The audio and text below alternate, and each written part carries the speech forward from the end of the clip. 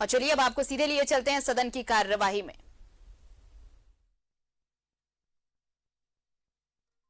ठंड भी बहुत ज्यादा है। माननीय मंत्री श्रम नियोजन और माननीय सदस्य भानु प्रताप शाही जी और इरफान अंसारी जी, 3 आदमी जाकर के ससम्मान माननीय सदस्यों को सदन के अंदर मिले आए।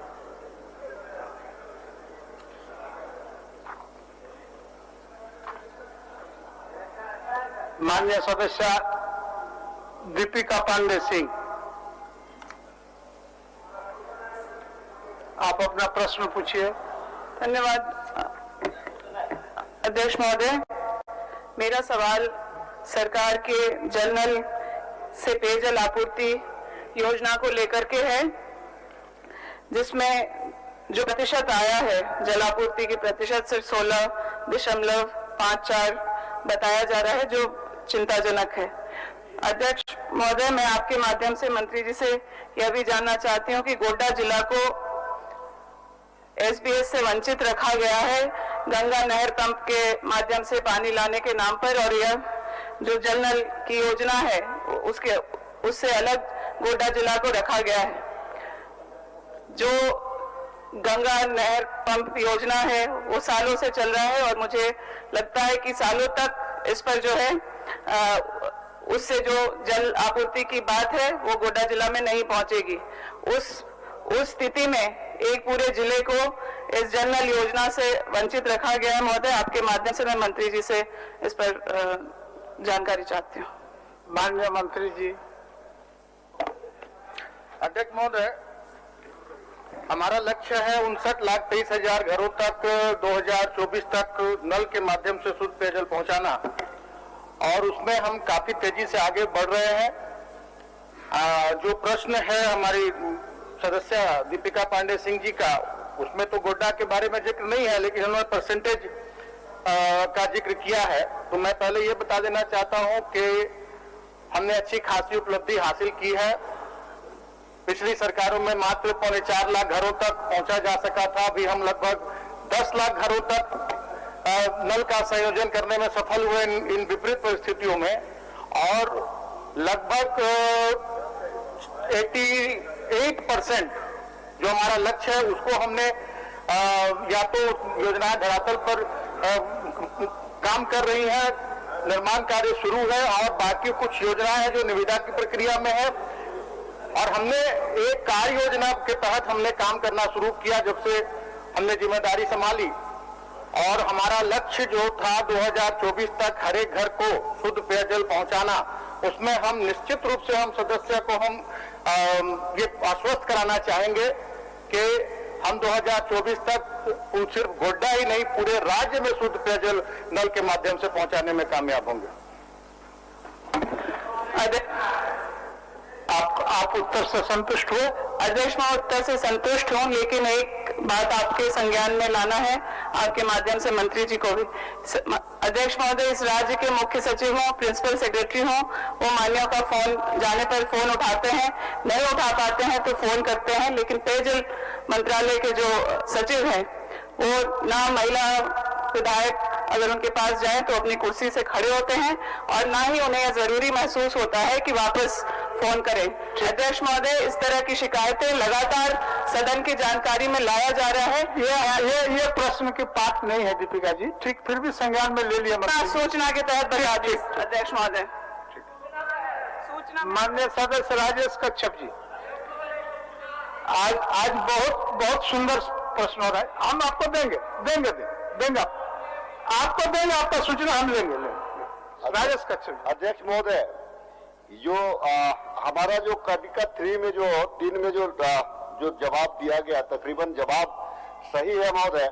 सिर्फ मैं इतना कहना चाहता हूं महोदय कि मनरेगा कर्मी चूंकि झारखंड राज्य को पिछले 14 वर्षों से लगातार अपनी सेवा देते आ रहे हैं, और कहीं ना कहीं एक आरटीआई रिपोर्ट से पता चलता है कि मनरेगा कर्मी के विषय में राज्य सरकार को निर्णय लेना चाहिए, क्योंकि वे राज्य के कर्मी है। मैं सरकार आपके माध्यम से सरकार से सिर्फ इतना अपील करना चाहता हूं महोदय कि जिस प्रकार से महंगाई पे बढ़ोतरी हुई है, जिस प्रकार से उनके दिनचर्या का खर्च बढ़ा है और जिस प्रकार से उनका जो उम्र सीमा समाप्त हो रहा है वो अन्यत्र कहीं दूसरे जगह नहीं जा सकते हैं। और देखा जा रहा है कि जिस प्रकार जितनी मानदेय उनको दिया जा रहा है आज की परिस्थिति में मुझे लगता है कि वो पर्याप्त नहीं है। महोदय, आपके माध्यम से मैं सरकार से अपील करना चाहता हूं कि इस पे विचार किया जाए और इस बढ़ती हुई महंगाई को देखते हुए जो हमारे जो संविदा कर्मी है उनकी जीवन स्तर पे सुधार कैसे कराया जाए ताकि उनसे हम और बेहतर काम राज्य के हित में कैसे ले सके, इस पर मैं सरकार से जानना चाहता हूं। माननीय मंत्री जी महोदय, अभी हमारे माननीय विधायक राजेश कश्यप जी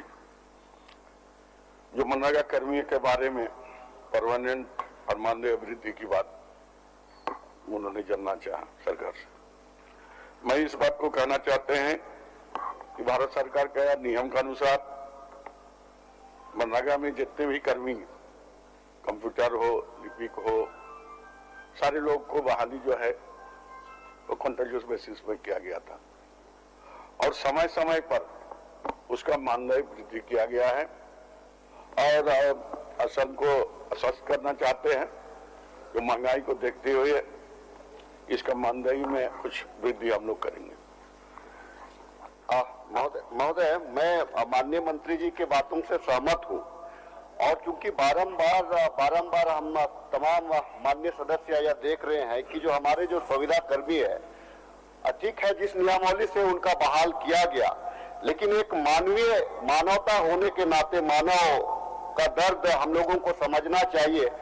और मैं सिर्फ इतना अपील करना चाहता हूं कि जिस दर से उनका मानदेय पे वृद्धि हो रहा है वो थोड़ा संतोषजनक मुझे लगता है। हम और आपको भी घर चलाने में कितनी कठिनाइयों का सामना करना पड़ता है और जिस प्रकार से आज उनके बाल बच्चों का परवरिश में उनको जो दिक्कतें आ रही है, सिर्फ इतना कहना है कि सरकार निश्चित तौर से अभी मैं माननीय मंत्री जी से व्यक्तिगत भी बात किया हूं, बहुत सहानुभूति रखते हैं, लेकिन इस पे एक जो अध्यक्षता जो यहाँ पे आयुक्त की अध्यक्षता में जो कमेटी गठित किया गया है महोदय, मैं आपसे आपके माध्यम से आग्रह करना चाहता हूं सरकार से कि जल्द से जल्द इस रिपोर्ट को दे और सरकार इस निर्णय पे पहुंचे कि जो मनरेगा कर्मी जो सरकार के आग्रह पे आंदोलन वो नहीं किए। मैं माननीय मंत्री जी को उसके लिए मैं बधाई दूंगा और धन्यवाद भी कहना चाहूंगा इनके आग्रह से आज हुए अनशन या आंदोलन नहीं कर रहे हैं। मैं सिर्फ इतना मैं जवाब से तकरीबन संतुष्ट हूँ। आग्रह ये रहेगा कि इस पे माननीय मंत्री जी जल्द से जल्द जो कमेटी बनी है उसका रिपोर्ट मंगा करके इस पे निर्णय सरकार अपने स्तर से ले ले। महोदय ठीक है, ठीक। माननीय सदस्य सरफराज अहमद जी, नहीं आपसे पहले नवीन जी आपके पीछे वाला नवीन जी को बोलने दीजिए। आपको मेरा नवीन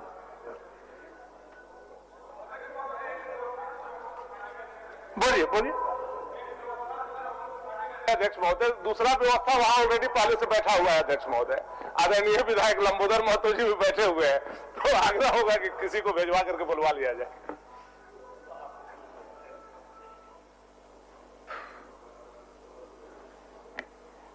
माननीय मंत्री बादल जी और जवाब दे रहे हैं हमारे नवीन जी। अध्यक्ष महोदय, वो मेरा जवाब देने वाले हैं, उनको बाहर में। अच्छा ठीक है, इस जवाब के बाद बादल जी चले जाएंगे और नवीन जी भी साथ में जाएंगे और उनके साथ बंधु जी भी जाएंगे। नवीन जी का सूचना ले लेते हैं, बोलिए।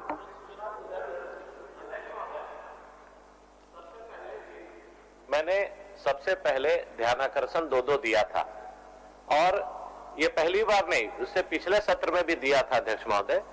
बहुत ही ज्वलंत मुद्दा था रांची नगर निगम क्षेत्र में जितने लगभग 2 लाख मकान बने हुए हैं और उसमें 10,000 मकान का नक्शा पास है। लगातार रांची नगर निगम आयुक्त के द्वारा नोटिस देके हर घर को तोड़ने का नोटिस दिया जा रहा है। अध्यक्ष महोदय, मेरा सिर्फ निवेदन है सरकार से कि रांची में या तो पूरा बुलडोजर चलाने का साजिश सरकार रच ली है या तो उसको नियमितीकरण के लिए ऐसा कुछ सरल रास्ता निकाले ताकि 50 साल 70 साल से जो घर बने हुए हैं, जिस समय नगर निगम में नहीं था हुजूर, उसके नक्शा उस समय पास नहीं होता था, उसको रेगुलराइज कराने के लिए सरकार गंभीरता से इस पर विचार करे और वैसे गरीबों का मकान तोड़ना या नोटिस देना थोड़ा उस पर संयम रखा जाए। सरफराज, डॉक्टर सरफराज अहमद जी, आप पूछिए अपना प्रश्न। अध्यक्ष महोदय, जैसा रुकिए यार, खाली पॉलिटिक्स मत करो, कुछ काम का बात करने दो भैया। 2 मिनट बोलिए, आप अपना सवाल करिए।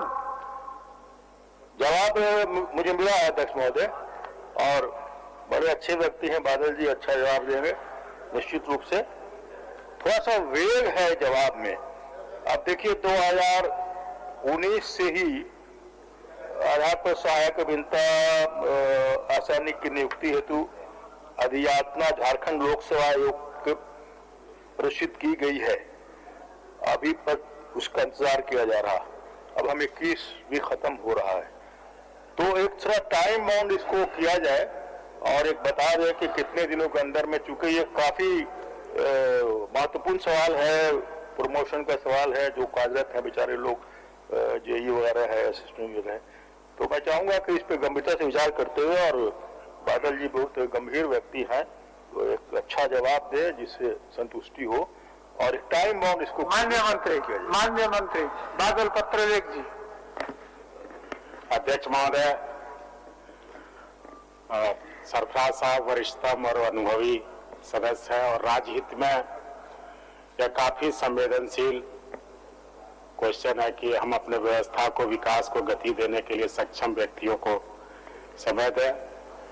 2014 से बात कर रहे थे अध्यक्ष महोदय, तब की बात तो हम नहीं कह सकते। वर्तमान सरकार जिन पदों पर इन्होंने रिक्तियों की ओर ध्यान आकृष्ट कराया है अध्यक्ष महोदय, आपके माध्यम से माननीय सदस्य और सदन को यह आश्वस्त करना चाहता हूं कि शीघ्र ही हम कनीय अभियंता के 369 पदों पर और सहायक अभियंता के 449 पदों पर नियुक्ति हेतु अधियाचना झारखंड राज्य कर्मचारी चयन आयोग और झारखंड लोक सेवा आयोग को भेजने जा रहे हैं अध्यक्ष महोदय।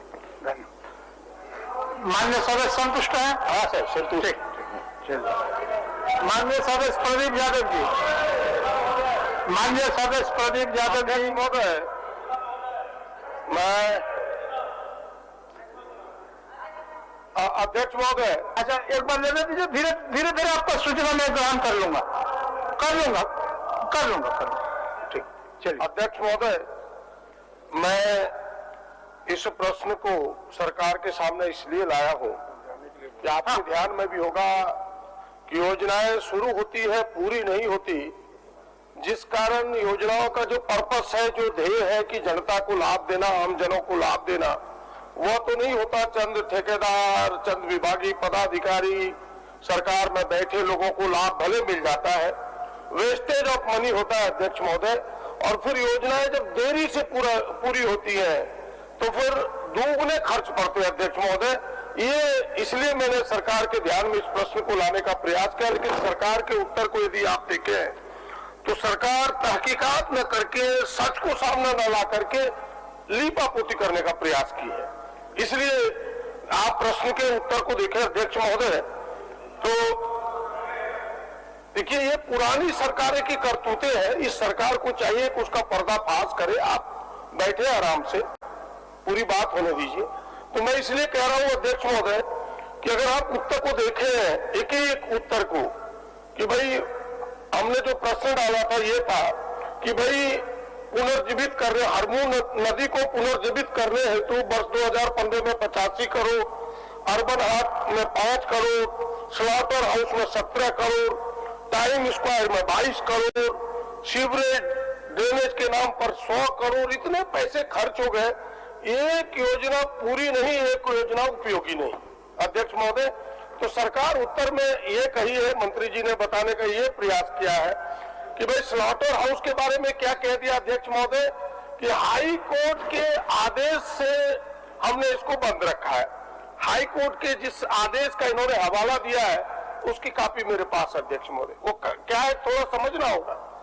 ये है स्लॉट कि भाई इन्होंने 2000 अध्यक्ष महोदय 2018 में एक निर्देश जारी कर दिया इनके नगर पालिका के कमिश्नर ने कि जो खुदरा विक्रेता मांस या अन्य चीजों के खुदरा विक्रेता है उनके सारी दुकानें बंद होगी क्योंकि अब स्लॉटर हाउस तैयार होकर चालू हो गया।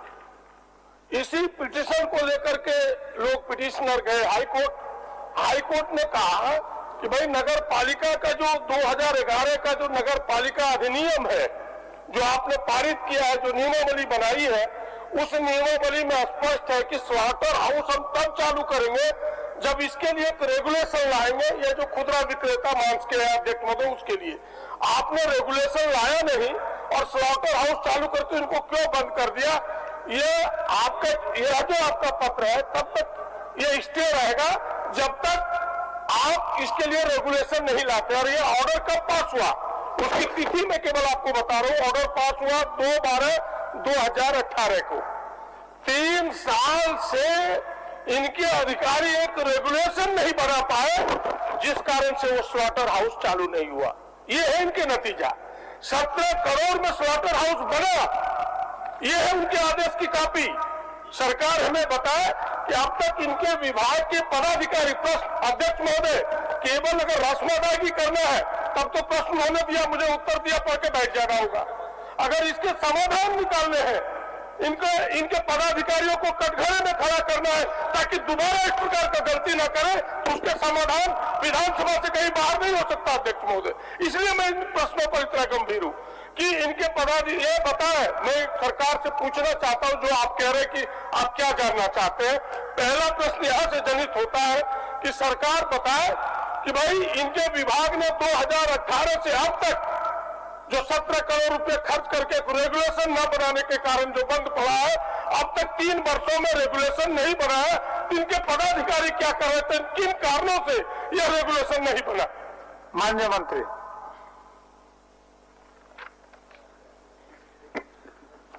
अध्यक्ष महोदय,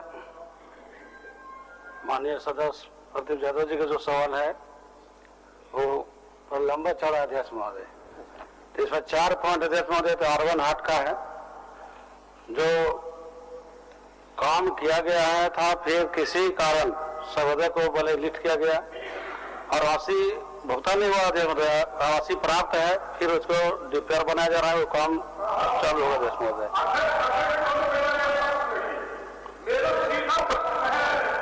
जिन उत्तर में जो आपने अंकित किया है कि भाई केस संख्या WP केस नंबर 5175/2018 जो हाई कोर्ट के आदेश है, उस आदेश के आलोक में बंद किया है, तो हाई कोर्ट ने जो आपको निर्देशित किया 2018 में दिसंबर महीने में कि आप रेगुलेशन बनाइए, तब तक स्टे रखिए, तो आखिर रेगुलेशन आपके विभाग ने क्यों नहीं बनाया, सरकार ने क्यों नहीं बनाई? ये मेरा उत्तर है, इसका उत्तर चाहिए। अध्यक्ष महोदय, माननीय मंत्री जी। अध्यक्ष महोदय, चूंकि बनकर तैयार है अध्यक्ष महोदय, चालू करना है तो विभाग स्तर पर बैठक करके अध्यक्ष महोदय इसको हम लोग जल्द चालू करेंगे अध्यक्ष महोदय। माननीय मंत्री जी, माननीय मंत्री जी, सब वो भी समझ रहे हैं कि ये बन के तैयार है, इतना जब लागत से ये चीज बना तो उसका व्यवहार होना चाहिए। सिर्फ एक रेगुलेशन नहीं बनने के चलते ये बन के तैयार है, उसका व्यवहार नहीं हो रहा है। तो आप उत्तर को गौर करें और मंत्री जी पढ़े उत्तर को। इस बदशाला में अब तक 150-30 बगरे व्यावसायिक सॉलिटिंग किया गया है, मैंने 150 आपने पहले कटवा चुका है, चालू हुआ था। तो आप समझिए हम कहना क्या चाह रहे हैं। आपके चालू थे अध्यक्ष महोदय, लेकिन एक ऑर्डर, एक रेगुलेशन में बनने के कारण उस पर स्टे लगा हुआ है। हम तो यही पूछ रहे कि क्यों नहीं बनाया रेगुलेशन, उसको जल्द बनवा लीजिए। ठीक है अध्यक्ष महोदय, रेगुलेशन नहीं बनने का जो कारण है उसका भी पता करवा लीजिए। ठीक है, आगे एक प्रश्न तो इसमें और है अध्यक्ष महोदय। हाँ ठीक है, इससे आगे बढ़िए। कब तक बनेगा? अब तक बनेगा रेगुलेशन, आप समय सीमा बता दीजिए। अध्यक्ष महोदय, अगले वित्तीय वर्ष 31 मार्च से पहले अध्यक्ष महोदय। ठीक चलिए ठीक है, मैं समझूं कि 3 महीने में इनके रेजोल्यूशन बनेंगे स्लॉटर। दूसरे जो प्रश्न है अध्यक्ष महोदय, इसके दूसरे खंड है, आप एक साथ सबको ले लीजिए, एक साथ सबको ले लीजिए, सीवरेज ले लीजिए, अर्बन हाट ले लीजिए, आप प्रश्न के ऊपर है, चाइना में ब्लड ले लीजिए। बिल्कुल मैं आपसे सहमति व्यक्त करता हूँ अध्यक्ष महोदय। खंड 2 और खंड 3 को यदि आप देखें तो इन्होंने कहा कि सीवरेज ड्रेनेज का कार्य संवेदक को कतिपय कारणों से टर्मिनेट किया गया। फिर उसके आगे देखें कि अर्बन हाट निर्माण कार्य बीच में कतिपय कारणों से। भाई ये कतिपय कारण क्या है? मैं उन कारणों को जानना चाहता हूं कि वो हमें स्पष्ट करे कि कतिपय कारण क्या है, किन कारणों से उन्हें टर्मिनेट किया गया और किन कारणों से इस काम को रोका गया। क्योंकि अर्बन हाट में भी 5 करोड़ खर्च कर दिए गए और आपके ड्रेनेज सीवरेज में तो कितने खर्च हुए वो हमें लगता है कि मंत्री जी को खोजने में भी 1 साल लगेगा। इसलिए ये हमें बताए किन कारणों से उन्हें टर्मिनेट किया गया और ये कब तक पूरा होगा ये काम, ये हमें बताए। संक्षेप में बता दीजिए अध्यक्ष महोदय, काम कब पूरे होंगे और टर्मिनेट क्यों किया गया है? काम तो अभी प्रगति में अध्यक्ष महोदय, और पहले पूरा लंबा चौड़ा ऐसा ही अध्यक्ष महोदय समीक्षा करेंगे, उसके बाद अगले वित्तीय वर्ष काम को पूरा करेंगे अध्यक्ष महोदय। ठीक है प्रदीप जी, मान जाइए। हाँ मान जाइए। मैं बता रहा हूँ मंत्री जी, आपके सब सवाल के गंभीरता को समझ गए। भले ही पहले कुछ कम समझे थे लेकिन अभी पूरी समझ गए और आपको इस प्रश्न का जो समाधान अगले वित्तीय के वर्ष के पहले। आप मेरी 1 मिनट सुन ले पहले अध्यक्ष महोदय। एक प्रश्न नहीं है, देखिए इसमें सिटी बस भी इनके पड़े हुए हैं, इनके टाइम स्क्वायर के भी बात है, अर्बन हाट की बात है, इनके ड्रेनेज सीवरेज ड्रेनेज की बात है, स्लॉटर हाउस की बात है, करोड़ों रुपए की वेस्ट है। आप पूरी बात सुन, 1 मिनट आप समझ, 1 मिनट से अधिक नहीं लेंगे अध्यक्ष महोदय कि इतनी चीजें हैं और सरकार अपनी गंभीरता दिखाई नहीं। मेरा आग्रह होगा कि एक सर्वदलीय समिति बनाई जाए विधानसभा की, ताकि असेसमेंट करे ये सर्वदलीय समिति किस प्रकार के वेस्टेज ऑफ मनी कैसे हुआ, काम पूरा क्यों नहीं हुआ, कौन दोषी है। अगर सरकार सर्वदलीय समिति न बनाना चाहे तो मैं दूसरा ऑप्शन भी आपके सामने रखता हूं, वो ये है कि मुख्य सचिव की अध्यक्षता में हाई कमेटी बनाए, उच्च स्तरीय कमेटी बनाए, ताकि ये 1 महीने में असेसमेंट करके कि करोड़ों रुपये जो आज पानी की तरह बहा, जिसकी लूट हुई, योजनाएं पूरी नहीं हुई, जिसका लाभ आम जनों को नहीं मिला, इसकी असेसमेंट करके कौन दोषी है, दोबारा फिर वो दोष न कर सके, उस पर भी कार्रवाई हो और योजनाओं का भी लाभ पहुंचे। क्या सरकार कोई उच्च स्तरीय समिति या फिर विधानसभा की सर्वदलीय समिति बनाना चाहती है? ये मेरा सरकार से सीधा प्रश्न है। माननीय मंत्री जी। अध्यक्ष महोदय, माननीय सदस्य के भावना समय रहे अध्यक्ष महोदय, माननीय मुख्यमंत्री महोदय से बात करके समस्या निदान करने का अथक प्रयास करूंगा अध्यक्ष। मुख्यमंत्री से बात करके ये बहानाबाजी नहीं, पूरी सरकार की। माननीय सदस्य, आप मेरी बात, माननीय सदस्य, मेरी बात मैं आप ही को सहयोग कर रहा हूँ, आप ही को मैं सहयोग कर रहा हूँ। आपका प्रश्न से संपूर्ण रूप से मंत्री जी सहमत हो गए और आप 2 ऑप्शन दिए उनको, 2 ऑप्शन दिए, या विधानसभा के सर्वदलीय समिति या नहीं तो उच्च स्तरीय समिति गठन करके इसका जांच के लिए। तो जो प्रशस्त होगा वो संपर्क करके आप सदन से संपर्क करके। महोदय मैं आपसे प्रश्न नहीं करता चाहता, आपसे सहयोग चाहता हूँ कि आप बताएं कि यह प्रश्न जब आया तो इनके उत्तर में यह बात आएगी तो इन्होंने मुख्यमंत्री से पहले क्यों नहीं पूछा? ये पूरी सरकार की जिम्मेदारी होती है, न कि मुख्यमंत्री की केवल जिम्मेदारी है, सबकी जिम्मेदारी है। ये बताएं और ये घोषणा करें कि उच्च स्तरीय समिति बनाएंगे, इसमें मुख्यमंत्री क्या कहेंगे कि नहीं करेंगे। आपको भार मिला, आप घोषणा करें और हम घोषणा चाहते हैं अध्यक्ष महोदय, ताकि दूध का दूध पानी का पानी हो और इन पैसों का लाभ जनता को मिले। ये मेरा। माननीय मंत्री जी। अध्यक्ष महोदय, मेरा स्पष्ट अध्यक्ष महोदय कि माननीय मुख्यमंत्री महोदय से वार्ता करके इस समस्या का समाधान शीघ्र करेंगे अध्यक्ष महोदय। पारी में आप घोषणा करेंगे तो बताएं, मुख्यमंत्री से बात करके मैं मानने को तैयार हूं। अगर उल्टी पारी में आप ये घोषणा कर देंगे कि मुख्यमंत्री जी से बात करके करेंगे तो हम मानने को तैयार हैं। माननीय मंत्री जी, माननीय मंत्री जी, आप माननीय सदस्यों के भावना से अवगत हैं, तो बात करके आपको जो निर्णय लेना है बता दीजिए, क्या दिक्कत है उसमें? ठीक है, ठीक है। उल्टी पारी में घोषणा होगी, मैं मान लूं अध्यक्ष महोदय, उल्टी पारी। प्रदीप जी, हो गया इस तरह हो जाएगा नहीं, आप घोषणा करा अध्यक्ष महोदय ना, हम बैठेंगे नहीं। आप मान्य सदस्य तो हल चाहते हैं कि एकदम बिल्कुल हल चाहते हैं, और माननीय मंत्री जी भी हल चाहते हैं। तो फिर आपके बातों से मंत्री जी कहीं भाग नहीं रहा है, उनको थोड़ा सा वक्त देने की बात है, थोड़ा सा वक्त आप दे दें, आपको आपके प्रश्न का उत्तर सटीक देंगे। हो गया, चल ठीक, चल।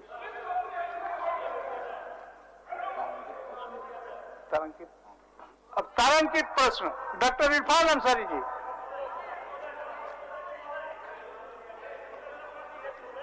अध्यक्ष महोदय, क्या बात है आपका?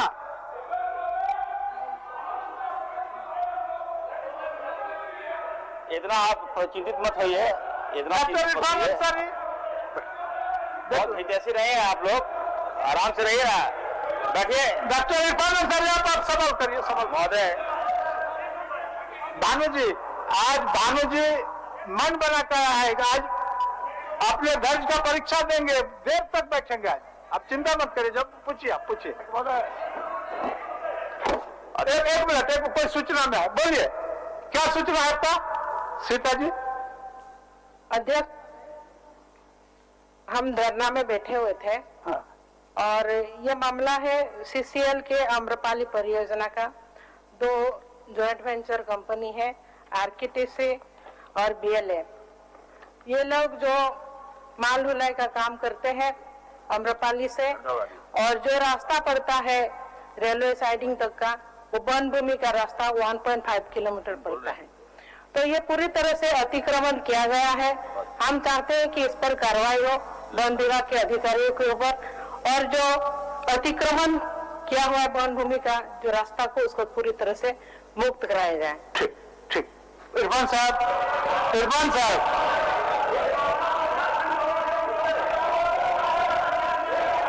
अध्यक्ष महोदय, हम ले रहे हैं भानु जी, हम देखा है आसन का नजर लंबोदर बाबू तो गया है, उनका बात भी मेरे कान तक आया है। हम गुरु जी का भी विषय देखा, हम देंगे मौका, आपको देंगे मौका देंगे, आप थोड़ा सा धैर्य रखिए। बहुत सुंदर, कितना सुंदर परिवेश में आज प्रश्न का उत्तर हो रहा है, आप लोगों का भी अब आने वाला है, थोड़ा सा आगे बढ़ने दीजिए, फिर हम सबका सूचना लेंगे। चलिए अध्यक्ष महोदय, लेंगे लंबोदर बाबू, चलिए। इरफान साहब आसन की ओर मुखातिब होकर सवाल पूछिए, आसन की ओर मुखातिब होकर। अध्यक्ष महोदय, ये काफी महत्वपूर्ण प्रश्न है महोदय, क्योंकि ये गरीब से जुड़ा हुआ प्रश्न है महोदय। जैसा कि मालूम है महोदय, इसके बाद आपको कि कांग्रेस पार्टी की सबसे बड़ी योजना महोदय मनरेगा है, और उसका लाभ यहाँ के लोगों को मिला जब कोरोना आया था महोदय। 2 साल जिस तरह से रोजगार नहीं मिला था, तो मनरेगा एक लगता है लाइफ लाइन बनकर आया था महोदय। तो मेरा एक क्वेश्चन है महोदय, माननीय मंत्री महोदय से, वर्ष 2021 और 21-22 में सरकार ने मनरेगा से राज्य अंतर्गत कुल कितने सिंचाई कूपों का निर्माण की स्वीकृति दी, उसमें अब तक कितने कूपों का निर्माण हुआ है? तो मैं पहला पूरा कैबिनेट मंत्री जी से जानना चाहता हूँ महोदय। माननीय मंत्री जी। जवाब में खंड 1 में स्पष्ट किया गया है कि 2020-21 एवं 2021-22 कुल सिंचाई कूप 64,344 और इसका एवरेज में 47,835 योजना का कार्य प्रारंभ कर दिया गया है।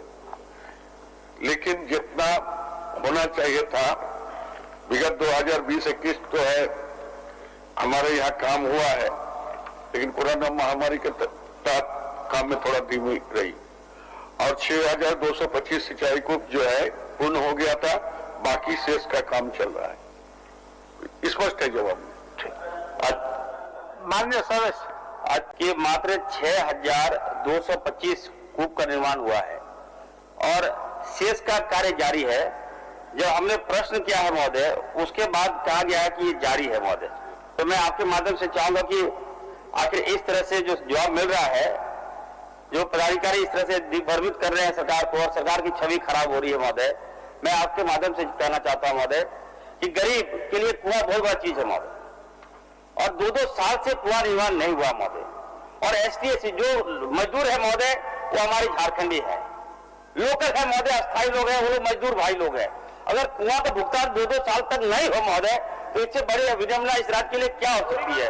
तो मैं आपके माध्यम से चाहूंगा कि मंत्री जी वैसे पदाधिकारी को चिन्हित करें और महोदय जल्द से जल्द जो है हमारा जो सिंचाई कूप बनाने का काम करें महोदय। माननीय मंत्री जी, जल्द से जल्द सिंचाई कूप निर्माण हो, इस विषय पर एक दिशा निर्देश जाए। ठीक। नहीं, आपने लंबोदर जी कुछ बोलना चाहते हैं? 1 मिनट, लंबोदर जी का सूचना आप लेने दीजिए, लंबोदर जी का सूचना लेने दीजिए। बोलिए लंबोदर जी, बोलिए। अध्यक्ष महोदय, 1 मिनट में सूचना दे लंबोदर जी। अगला सवाल बिरिंची नारायण जी का है। अध्यक्ष महोदय, मैं ध्यानाकृष्ट कराना चाहूंगा, इसी सदन में ध्यानाकर्षण का एक मामला था जो टीटीपीएस ललपनिया से संबंधित था। 42 श्रमिक मृत्यु हो चुकी है उनकी, और यही सदन से नियमन हुआ था कि उनके जो आश्रित हैं उनको ग्रेच्युटी का भुगतान और उनकी जगह में किन्हीं को रखा जाए। लगभग 1.5 साल बीत गए, आज तक सदन का निर्देश के बावजूद भी अभी तक 42 श्रमिकों को ग्रेच्युटी का भुगतान अभी तक नहीं किया जा चुका। वेज रिवीजन का अभी तक भुगतान टीटीपीएस प्रबंधन नहीं कर रहा। श्रम विभाग द्वारा 4 बीडीए लागू किया जा चुका है, चारों बीडीए में किसी का भी अभी तक भुगतान नहीं किया जा सका। 2 सीनियर पदाधिकारी रहते हुए जूनियर को जीएम बना दिया गया, फिर उसी को प्रभारी एमडी भी बना दिया गया। सबसे दुखद है कि हम लोग चूंकि विधायक हैं, आप हम लोगों के अभिभावक हैं, और हम लोगों के मान सम्मान और गरिमा की रक्षा करना निश्चित रूप से हम लोग आपके उसके लिए आपसे आग्रह करते हैं। अभी 19 नवंबर को एक राजकीय समारोह था और उस राजकीय समारोह में सरकारी परिसंपत्ति का वितरण हुआ, और स्थानीय विधायक होने के नाते हम लोगों को वहां पर बुलाया नहीं गया। निश्चित रूप से ये सदन की अवमानना, हम लोगों के विशेषाधिकार का हनन भी है। उसमें सबसे ज्यादा मात्र एक मिनट सर, उसमें सबसे ज्यादा दुख है चूंकि मुख्यमंत्री जी झारखंड के मुख्यमंत्री हैं और हम लोगों के भी मुख्यमंत्री हैं। भले हम लोग विपक्ष के विधायक हो सकते हैं, लेकिन मुख्यमंत्री हमारे हैं और झारखंड के हैं। और अभी कुछ पदाधिकारियों ने उनके आंख में जो धूल झोंकने का काम किया कि 20 रैयत जिनका 35 साल पहले उनको पर्चा जमीन का विस्थापन, पर्चा जमीन का उनको वितरण दिया जा चुका। पदाधिकारियों ने 19 नवंबर को क्या किया कि पर्चा सत्यापन प्रतिवेदन सीओ से लिया और पर्चा सत्यापन प्रतिवेदन पर्चा के नाम पर मुख्यमंत्री जी से बंटवाया गया। निश्चित रूप से जो भी पदाधिकारी इस तरह के गलतियां किया है, जिन्होंने भी मुख्यमंत्री जी के आंख में धूल झोंकने का काम किया है, ऐसे पदाधिकारियों को चिन्हित करके कार्रवाई करना निश्चित रूप से हो गया। और माननीय सदस्य, सूचना में इतना लंबा नहीं होता है, फिर भी मैं आपका अनुरोध को स्वीकार कर लिया। बिरिंची नारायण जी, माननीय सदस्य बिरिंची नारायण जी, 1 मिनट। बिरिंची नारायण जी, आप 1 मिनट, इनके बाद बिरिंची नारायण के बाद बिरिंची नारायण जी के सवाल के बाद आपका सुनेंगे इनके सवाल के बाद। चलिए आप अपना पूछिए, आप पूछेंगे ना, आप अपना सवाल पूछिए, उसके बाद आनंद जी का भी पूछेंगे, उनका कोई अंत नहीं है, और फिर नीरज जी का भी पूछेंगे। चलिए, दोनों का आनंद तो खुद है, आप क्या चिंता करते हैं? माननीय अध्यक्ष महोदय, मुझे जवाब मिला है अध्यक्ष महोदय, और मैं सरकार का ध्यान आकृष्ट कराते हुए बहुत ही विनम्रता पूर्वक आग्रह करना चाहता हूं कि जो 2 सड़कों का जिक्र मैंने किया है वो दोनों ही सड़कें अति महत्वपूर्ण है। एक पहली सड़क है आईटीआई मोड़ से लेकर उकरीद, जिसमें बोकारो स्टील प्लांट की भी जमीन पड़ती है, और दूसरी सड़क जो है वो है बोकारो एयरपोर्ट से लेकर 5, 6 होते हुए 11 होते हुए जो तेलमोचो ब्रिज को जोड़ती है महोदय, जिससे धनबाद और संथाल परगना के लोग उस रास्ते का प्रयोग करते हैं। महोदय, सरकार ने जो जवाब दिया है वो आंशिक रूप से स्वीकारात्मक है, इसलिए मैं आंशिक रूप से धन्यवाद भी देता हूं सरकार को। लेकिन मैं बहुत ही विनम्रता पूर्वक आग्रह करता हूं कि पहले मामला आता था कि बीएसएल एनओसी नहीं दे रहा था, लेकिन मैंने बीएसएल प्रबंधन से बात करके और एनओसी करवा दिया है महोदय। एनओसी की कॉपी राज्य सरकार को पहुंच भी गई है। इसलिए मैं सरकार से आग्रह करता हूं कि दोनों ही सड़कें अति महत्वपूर्ण सड़कें हैं। उकरीद से लेकर ITI मोड़ तक जहां भी BSL की जमीन या राज्य सरकार की जो सड़क है जहां 4 लेन की आवश्यकता है वहां 4 लेन कराई जाए। अमूमन वहां दुर्घटना होती रहती है, साल में 2, 4, 5 मौत जरूर होती है महोदय। और दूसरी जो सड़क है, चूंकि संथाल परगना का वो गेटवे है, जैसे आप तिलमोचो ब्रिज पार करते हैं दाहिने मुड़ते हैं महोदय, वही वो सड़क है। आप भी महोदय उसी रास्ते से आते जाते हैं। अगर वो 4 लेन बन जाएगी सड़क तो पूरे संथालपुरना के लोगों को इसका बहुत लाभ मिलेगा। इसलिए मैं सरकार से आग्रह करता हूं कि अविलंब इसकी स्वीकृति सरकार प्रदान करे। माननीय मंत्री जी, PWD के जवाब कौन दे रहा है? अध्यक्ष महोदय, माननीय सदस्य ने जो बोकारो में 2 रोड का जिक्र किया अध्यक्ष महोदय, विभाग के संज्ञान में यह दोनों महत्वपूर्ण रोड है। माननीय सदस्य को बताना चाहूंगा और आपके माध्यम से सदन को कि इसका सर्वेक्षण कराया जा रहा है महोदय, और आने वाले दिनों में आगामी वर्षों में इस परियोजना पर निधि की उपलब्धता पर हम इसे सड़कों को जो है सुदृढ़ करने का काम करेंगे और आवागमन को दुरुस्त बनाने का काम करेंगे। माननीय अध्यक्ष महोदय, मैं सिर्फ इतना ही जानना चाहता हूँ कि सरकार अगर गंभीर है और ये दोनों ही सड़कें सरकार मान रही है कि अति महत्वपूर्ण सड़क है, तो निधि की उपलब्धता ये तो सरकार की जवाबदेही है। आप चाहिए निधि उपलब्ध हो जाएगी, आप चाहिए निधि उपलब्ध नहीं होगी। इसलिए एक समय सीमा बता दीजिए। मैंने पहले कहा कि सिर्फ और सिर्फ बोकारो विधानसभा नहीं, ये गेटवे है पूरे धनबाद, पूरे संथालपुर का गेटवे। और माननीय मंत्री जी ने जो जवाब दिया है वो भी महोदय कभी धनबाद होकर आते हैं तो उसी सड़क से आते हैं महोदय। इसलिए सिर्फ आप एक समय सीमा बता दीजिए, 1 महीना, 2 महीना, 3 महीना, 6 महीना, हम संतुष्ट होकर बैठ जाएंगे। अध्यक्ष महोदय, विभाग पूरे राज्य के यातायात आवागमन को चुस्त और दुरुस्त करने के लिए कृत संकल्पित है अध्यक्ष महोदय, और यह इस पर हम काम कर रहे हैं अध्यक्ष महोदय। तभी हमारे विभाग ने BSL प्रबंधन से NOC प्राप्त कर लिया अध्यक्ष महोदय। सर्वेक्षण भी कराया जा रहा है अध्यक्ष महोदय, और उसके साथ ही जब आने वाले आगामी वित्तीय वर्ष में जितना जल्द हो सके अध्यक्ष महोदय, ये महत्वपूर्ण रोड है। माननीय सदस्य को हम आश्वस्त करते हैं कि आने वाले दिनों में हम जरूर आपको सकारात्मक जवाब देंगे। नहीं, वो वही हो गया। माननीय अध्यक्ष महोदय, आप मदद कर दीजिए। नहीं, हो गया, आप भी उसी सड़क से आते जाते हैं। बिल्कुल, एक आप 6 महीने बोल देना महोदय, हमको कोई परेशानी नहीं है, हम संतुष्ट हो जाएंगे। आप एक समय सीमा तो माननीय मंत्री जी, महीनों में नहीं तो 6 महीने बोलिए ना, हमको कोई आपत्ति नहीं है। आप कहिए कि 6 महीना में हम करेंगे, हमको कोई आपत्ति नहीं महोदय। आप संरक्षण दीजिएगा, 6 महीने बोलिए ना, कोई आपत्ति नहीं। नहीं अध्यक्ष महोदय, सर्वेक्षण का रिपोर्ट आ जाए और उसके बाद विभाग में इस पर मंतव्य आ जाए, और जो 4 लेन बनाने की बात है, सड़क को चौड़ीकरण की बात करने की बात है, तो अभी सब चीजों पर विचार किया जा रहा है अध्यक्ष महोदय। इसी की प्रक्रिया है कि हमने पहले NOC लिया अध्यक्ष महोदय, ताकि सतत प्रक्रिया के अधीन हम चल रहे हैं, और जैसे ही फलाफल निकलता है अध्यक्ष महोदय, हम यातायात को, आवागमन को सुचारू रूप से चालू करने के लिए माननीय सदस्य ही नहीं और जगहों पर हम काम करने के लिए कृत संकल्प अध्यक्ष महोदय। यथाशीघ्र महोदय, एक बात और बताना चाहता हूँ महोदय कि वहां पर कोई मुआवजा का मामला नहीं महोदय।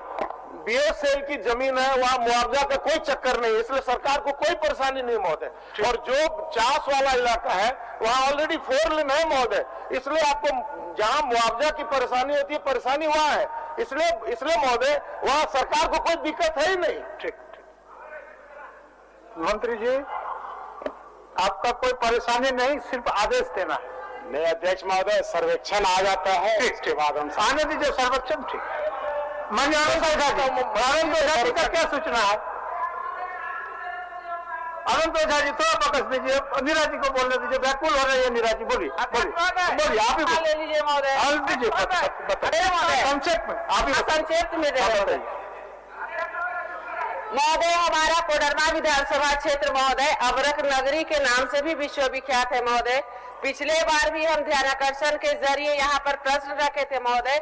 वहाँ पर 4 से 5 लाख की आबादी ढिबरा चुन करके महोदय जो मिट्टी का डस्ट रखा रहता है उसमें से चुन करके जीविकोपार्जन करती है। लेकिन जैसे वो ढिबरा गाड़ी में आ जाता है महोदय, उनके साथ में अपराधी जैसा व्यवहार होता है महोदय। मैं आपके मार्फत विनम्र आग्रह करना चाहती हूँ महोदय, उनके जीविकोपार्जन पे काफी आफत आ गई है, कुछ ठोस कदम उठाने का कार्रवाई हो महोदय।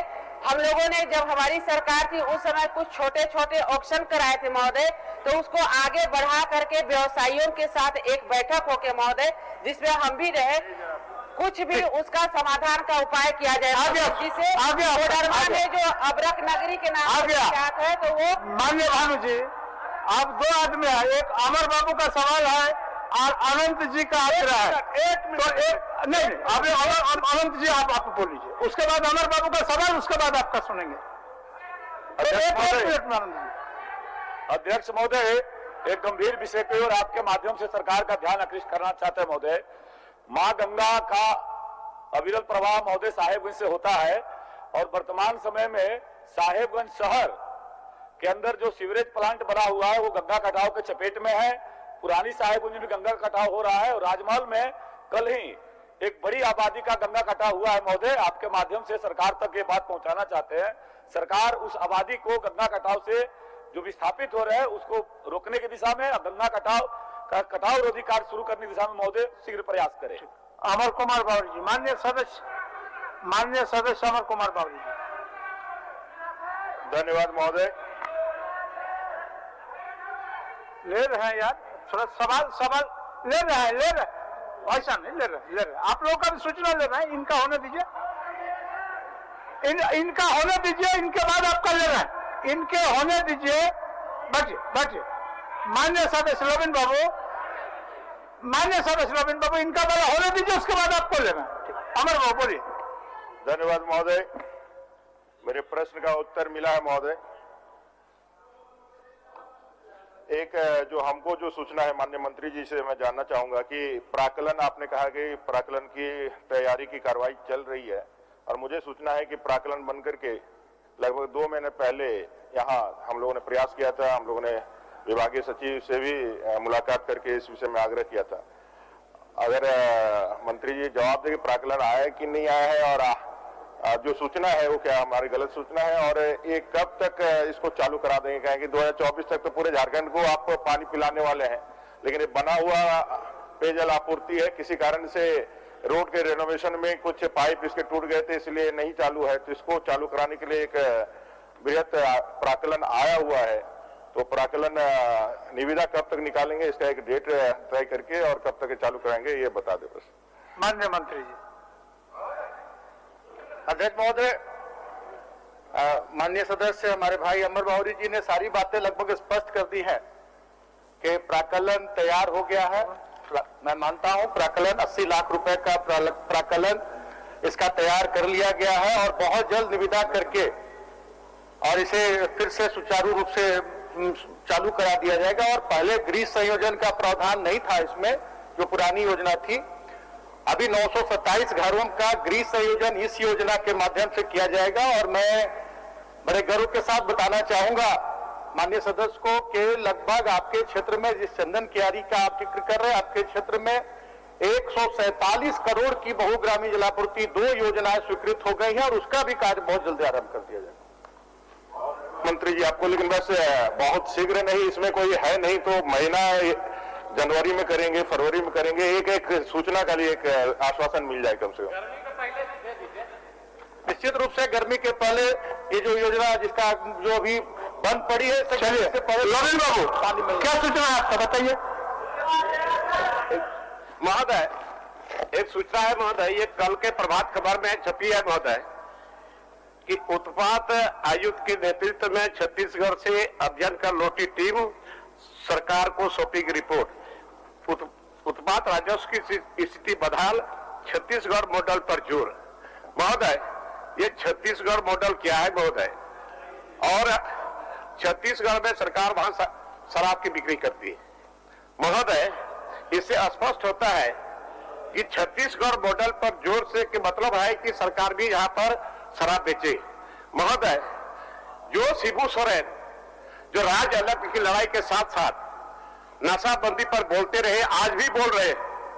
और आज अगर ये शिबू सोरेन का पुत्र है माननीय हेमंत सोरेन, और ये अगर सरकार शराब बेचेगा तो महोदय इसे शर्मनाक और कुछ नहीं हो सकता है, महोदय शर्मनाक नहीं हो सकता है महोदय।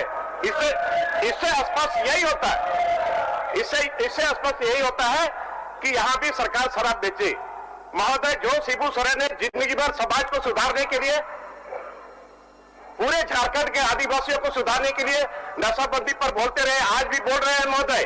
और आज अगर ये स्पष्ट, ये मॉडल क्या है, छत्तीसगढ़ मॉडल क्या है महोदय, इससे स्पष्ट होता है कि यहाँ भी सरकार, क्योंकि यहाँ स्पष्ट लिखा, आपका सूचना आ गया महोदय। बहुत शर्मनाक बात है, बहुत ही दुख दर्दनाक भी बात है महोदय। आज यहाँ पर सरकार अगर शराब बेचेगी महोदय तो इससे दर्दनाक और क्या हो सकता है। जो शिबू सोरेन ने समाज को सुधारने के लिए, वो यहाँ के आदिवासियों को सुधारने के लिए और सारे प्रदेश के लोगों को सुधारने के लिए नशाबंदी पर बोलते रहा महोदय। और आज ये शराब अगर सरकार बेचेगी महोदय, मैं इसको बर्दाश्त नहीं करने वाला महोदय, क्योंकि मैं शिबू सोरेन का कहना हो महोदय, ये बिल्कुल गलत है, ये बिल्कुल गलत है। माननीय सदस्य सीता सोरेन, माननीय सदस्य सीता सोरेन, माननीय सदस्य सीता सोरेन, ठीक है भाई, सूचना में खड़ा थे, उनको जो सूचना आया सूचना दिए, सरकार उसको संज्ञान में दिए। संसदीय कार्य मंत्री बैठे हुए हैं, सरल जवाब होने दीजिए। ठीक है, संज्ञान में ले लिया, आपका बात संज्ञान में। सदस्य धरना पर बैठे हुए हैं, जवाब मिला है अध्यक्ष महोदय, जवाब से पूरी तरह से संतुष्ट नहीं हुए। श्रम नियोजन जिस तरह से और 9 महीना से सेविका सहायिका को और इरफान मानदेय का भुगतान नहीं किया गया है, ये स्पष्ट रूप से जो जिला है सदन के अंदर दुमका, गोड्डा, कोडरमा, धनबाद, चतरा, गिरिडीह के पसंद सखियों को अभी तक 9 महीना से मानदेय का भुगतान नहीं किया गया। तो ये हम चाहते हैं कि विभाग स्पष्ट करे इन जिलों का। माननीय मंत्री जी, माननीय मंत्री अपना प्रश्न पूछिए। महोदय धन्यवाद। पहला अध्यक्ष महोदय, इनका जो मेरा सवाल किया सरकार के जनरल का सहायिका से पेयजल आपूर्ति योजना को लेकर के है, स्पष्ट इनको जवाब दिया, जिसमें जो प्रतिशत आया है जल आपूर्ति की प्रतिशत सिर्फ 16.5 बताया जा रहा है, जो चिंताजनक है।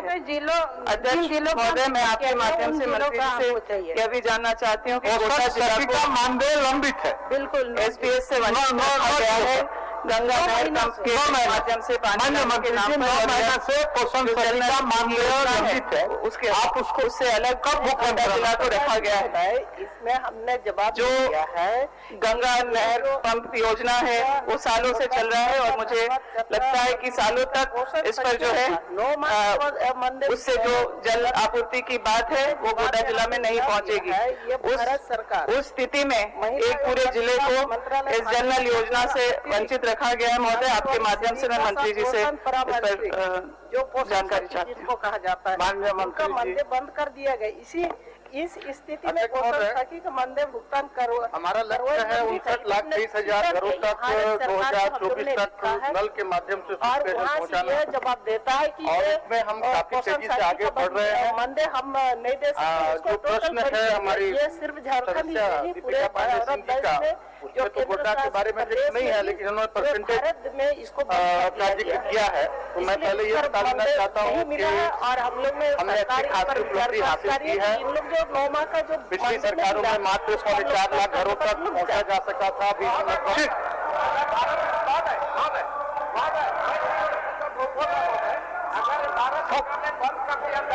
और 10 महीने का जो उन्होंने काम किया है जो काम किया 10 महीने ऑलरेडी वो लोग काम कर चुके हैं, क्या उसका भी भुगतान होगा? माननीय मंत्री जी, जो किया हुआ काम है उसका भुगतान तो हो जाना चाहिए। बता रहे बैठिए विनोद जी, मंत्री जी जवाब दे रही है, सुनिए भाई, सारे लोगों का प्रश्न का महत्व समान है। अब जब एक माननीय सदस्य प्रश्न कर दिए तो उनका उत्तर आने दीजिए, उसके बाद उनको व्यवधान उत्पन्न करिए। मंत्री महोदय, आपके माध्यम से सभी माननीय सदस्य को अवगत करना चाहती हूँ, ये भारत सरकार जब बंद कर दिया, मैंने ये बात कहा है कि इस पर हमने मंथन कर रहे हैं। ये जो बकाया जो 9 माह का मानदेय नहीं मिला उसको भुगतान पर हम विचार कर रहे हैं। हम इसको करने का कहा हम नहीं कर रहे, इसका करेंगे हम।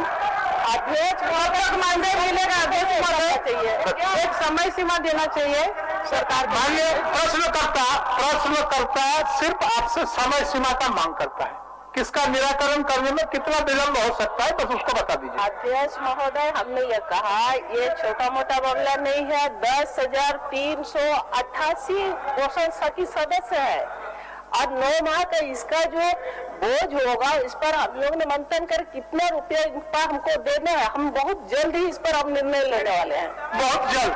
ठीक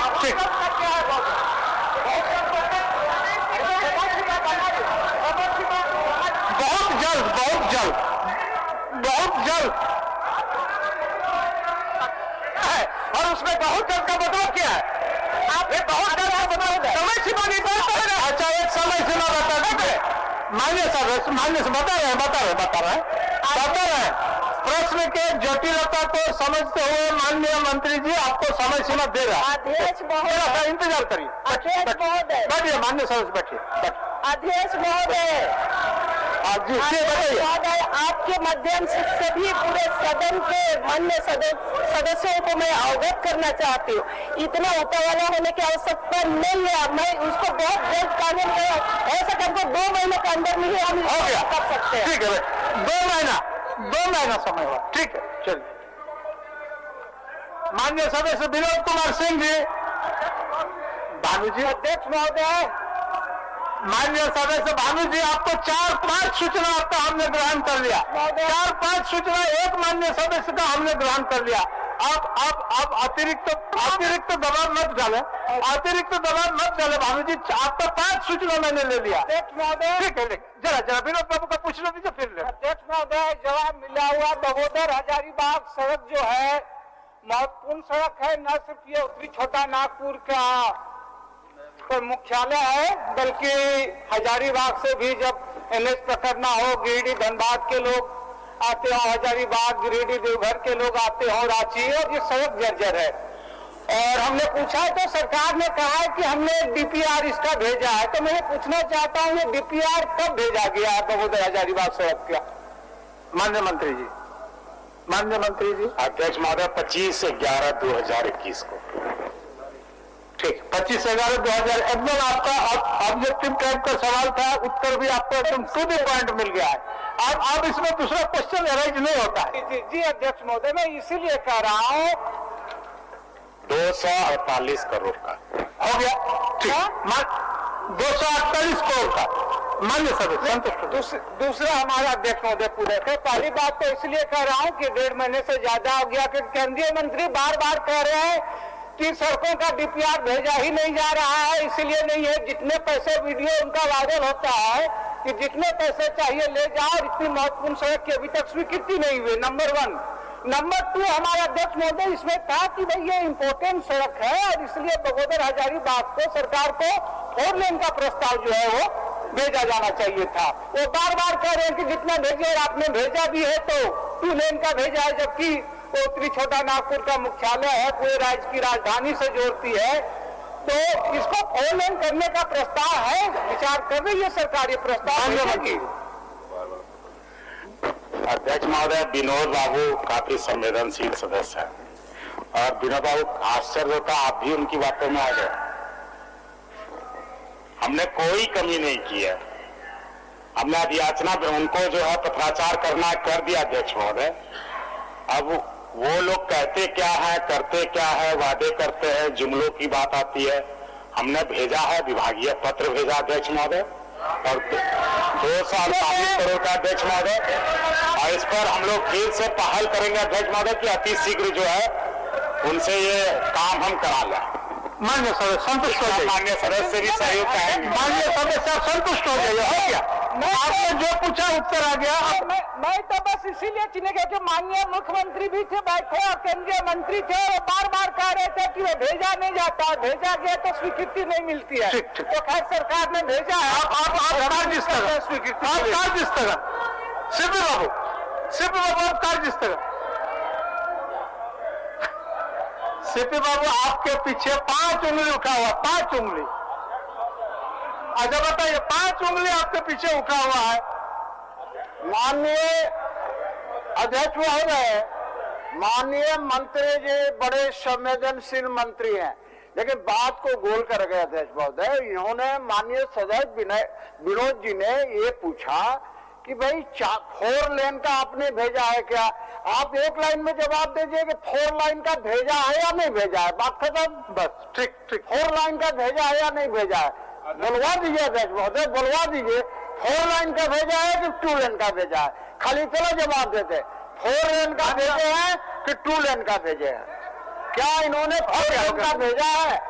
माननीय प्रश्नकर्ता संतुष्ट हो गया है, प्रश्नकर्ता संतुष्ट हो गया। अब कार्य स्थगन। डॉक्टर लंबोदर महतो सविशेष द्वारा राज्य के त्रिस्तरीय पंचायत चुनाव 2015 के द्वारा चयनित पंचायत प्रतिनिधियों का कार्यकाल 2020 में समाप्त हो चुका है, परंतु अभी तक पंचायत चुनाव की तिथि की अधिसूचना जारी नहीं हुई है और न ही इसके कार्यकाल का अवधि विस्तार किया गया है, जिससे ग्रामीण क्षेत्रों में विकास कार्यों में प्रतिकूल असर पड़ रहा है, से संबंधित कार्य स्थगन की सूचना दी है। श्री बिरंची नारायण सौबिसो ने अपने कार्य स्थगन की सूचना में बताया है कि बोकारो विधानसभा क्षेत्र के शहरी और ग्रामीण इलाकों में बिजली का काफी घोर संकट है, जिसमें त्राहिमाम की स्थिति उत्पन्न हो गई है। कई जगह के ट्रांसफार्मर जले हुए हैं, जिससे वहां के नागरिक काफी परेशान है। श्री अनंत कुमार ओझा सौबिसो ने अपने कार्य स्थगन की सूचना में बताया है कि पूरे राज्य में हो रहे जनसांख्यिकी असंतुलन और अवैध बांग्लादेशी घुसपैठ को रोकने हेतु कारगर उपाय RRC national register of citizenship updation की प्रक्रिया जैसे विषय पर चर्चा कराने की मांग की है। श्री राज सिन्हा सौबिसो ने अपने कार्य स्थगन की सूचना में बताया है कि धनबाद जैसे महत्वपूर्ण शहर जहां पानी की समस्या से जनता त्राही कर रही है, पहले वहां 60 से 65 MLD पानी सप्लाई होता था, किंतु अब मात्र 40 MLD पानी सप्लाई हो रहा है, जिससे लोग पानी को तरस रहे हैं। उपयुक्त वर्णित सभी सूचनाएं अवलंबनीय महत्व की नहीं है, इसलिए इन सभी सूचनाओं को अमान्य की जाती है। अब शून्यकाल की सूचना, अब शून्यकाल की सूचना, अब शून्यकाल की सूचना। मान्य सदस्य, जितना सूचना हमने आप लोगों का ग्रहण किया, जितना सूचना इतना कम समय के अंदर ग्रहण किया, ये हम लोग कम नहीं है, इसलिए अब आसन को मजबूर न करें, सहयोग करें, भानु जी सहयोग करें। शून्यकाल श्री उमाशंकर अकेला जी, अध्यक्ष अकेला। कोडरवा जिला के अंतर्गत चंदमारा प्रखंड के पंचायत चंदवारा पूर्वी खाता संख्या 1 से 75 प्लॉट संख्या 6969 रकबा 3.5 एकड़ सरकारी जमीन को अवैध रूप से चंदवारा निवासी रघु मोदी, सीताराम मोदी एवं अन्य के द्वारा अतिक्रमण कर पक्का मकान बना दिया गया है। अतः सदन के माध्यम से सरकार से अवैध कब्जा करने वाले पर कार्रवाई करते हुए आलम में अतिक्रमण मुक्त कराने की मांग करता हूं। श्री रामचंद्र सिंह सौबिसो। झारखंड राज्य में पंचायत सचिवालय स्वयं सेवकों की नियुक्ति लगभग 5 वर्ष पूर्व पूरे प्रक्रिया के अनुसार की गई। नियुक्ति उपरांत इनसे केंद्र एवं राज्य प्रायोजित योजनाओं का क्रियान्वयन में सहयोग लगातार लिया जा रहा है। वर्तमान में ये प्रोत्साहन राशि पर जो अत्यंत ही न्यूनतम है कार्य कर रहे हैं, जिससे इन्हें पारिवारिक दायित्व के निर्वहन में आर्थिक कठिनाई हो रहा है। अतः शून्यकाल के माध्यम से सरकार से मांग करता हूं कि पंचायत सचिवालय स्वयं सेवकों को प्रोत्साहन राशि के स्थान पर उचित मानदेय प्रदान किया जाए। श्री राजेश कच्छप सौबिसो। धन्यवाद अध्यक्ष महोदय। राज्य सरकार के मनरेगा कर्मी, स्वास्थ्य कर्मी, CHO एवं JSLPS में कार्यरत संविदा के आधार पर नियुक्त गृह जिला से बाहर पदस्थापित किया गया कर्मी कम मानदेय के कारण उनके आर्थिक एवं पारिवारिक कठिनाइयों का सामना वे कर रहे हैं, जिस कारण वे मानसिक अवसाद का शिकार हो रहे हैं। महोदय, मैं सदन के माध्यम से सरकार से मांग करता हूं कि उक्त सभी संविदा कर्मी को गृह जिला के गृह प्रखंड में पदस्थापित किया जाए। माननीय सदस्य श्री नारायण दास जी। माननीय अध्यक्ष महोदय, देवघर विधानसभा के मोहनपुर प्रखंड अंतर्गत एक पथ है जो कपसिया मोड़ से जीतपुर होते हुए बुढ़ई तक आरयू पथ की स्थिति अत्यंत जर्जर पथ है। स्थानीय आमजन 5 वर्षों से पीडब्ल्यूडी विभाग द्वारा पथ निर्माण की मांग की जाती रही है, क्योंकि इस पथ पर भारी वाहनों की भी परिचालन होती है तथा यह पथ विश्व प्रसिद्ध सावनी मेला व अन्य दिनों के लिए भी महत्वपूर्ण है। अतः सरकार से मांग करता हूं कि उक्त वर्णित पथ का ग्रामीण विकास विभाग आरईओ से परिवर्तित कराते हुए पीडब्ल्यूडी द्वारा पथ की अविलंब निर्माण कराई जाए। माननीय सदस्य डॉक्टर लंबोदर महतो जी। माननीय अध्यक्ष महोदय, दिनांक 8 जनवरी 2013 को हुई मंत्रिपरिषद की बैठक के प्रस्ताव संख्या 4 में जोरी, कोवाली, चरगड़ा, मैथन, चिरकुंडा, पुटकी, राजगंज, पिठोरिया, तमार पूर्वी, सोनाहतू पूर्वी, जोहा, सिन्नी, रामगढ़, टोकलो, पिंडराजोरा, अमलाबाद, माराफरी, बरमसिया, खराचातर, चतुरचट्टी, मोहाटार, ऊपरघाट, बीरबाकी एवं मुरपा को नए प्रखंडों के सृजन पर सैद्धांतिक सहमति प्रदान की गई है, किंतु उक्त निर्णय अब तक धरातल पर नहीं उतर पाया। अतः मैं सदन के माध्यम से सरकार के दिनांक 8 जनवरी 2013 को मंत्रिपरिषद की बैठक में लिए गए उक्त निर्णय को लागू करने की मांग करता हूं। माननीय सदस्य श्री भूषण तिर्की जी।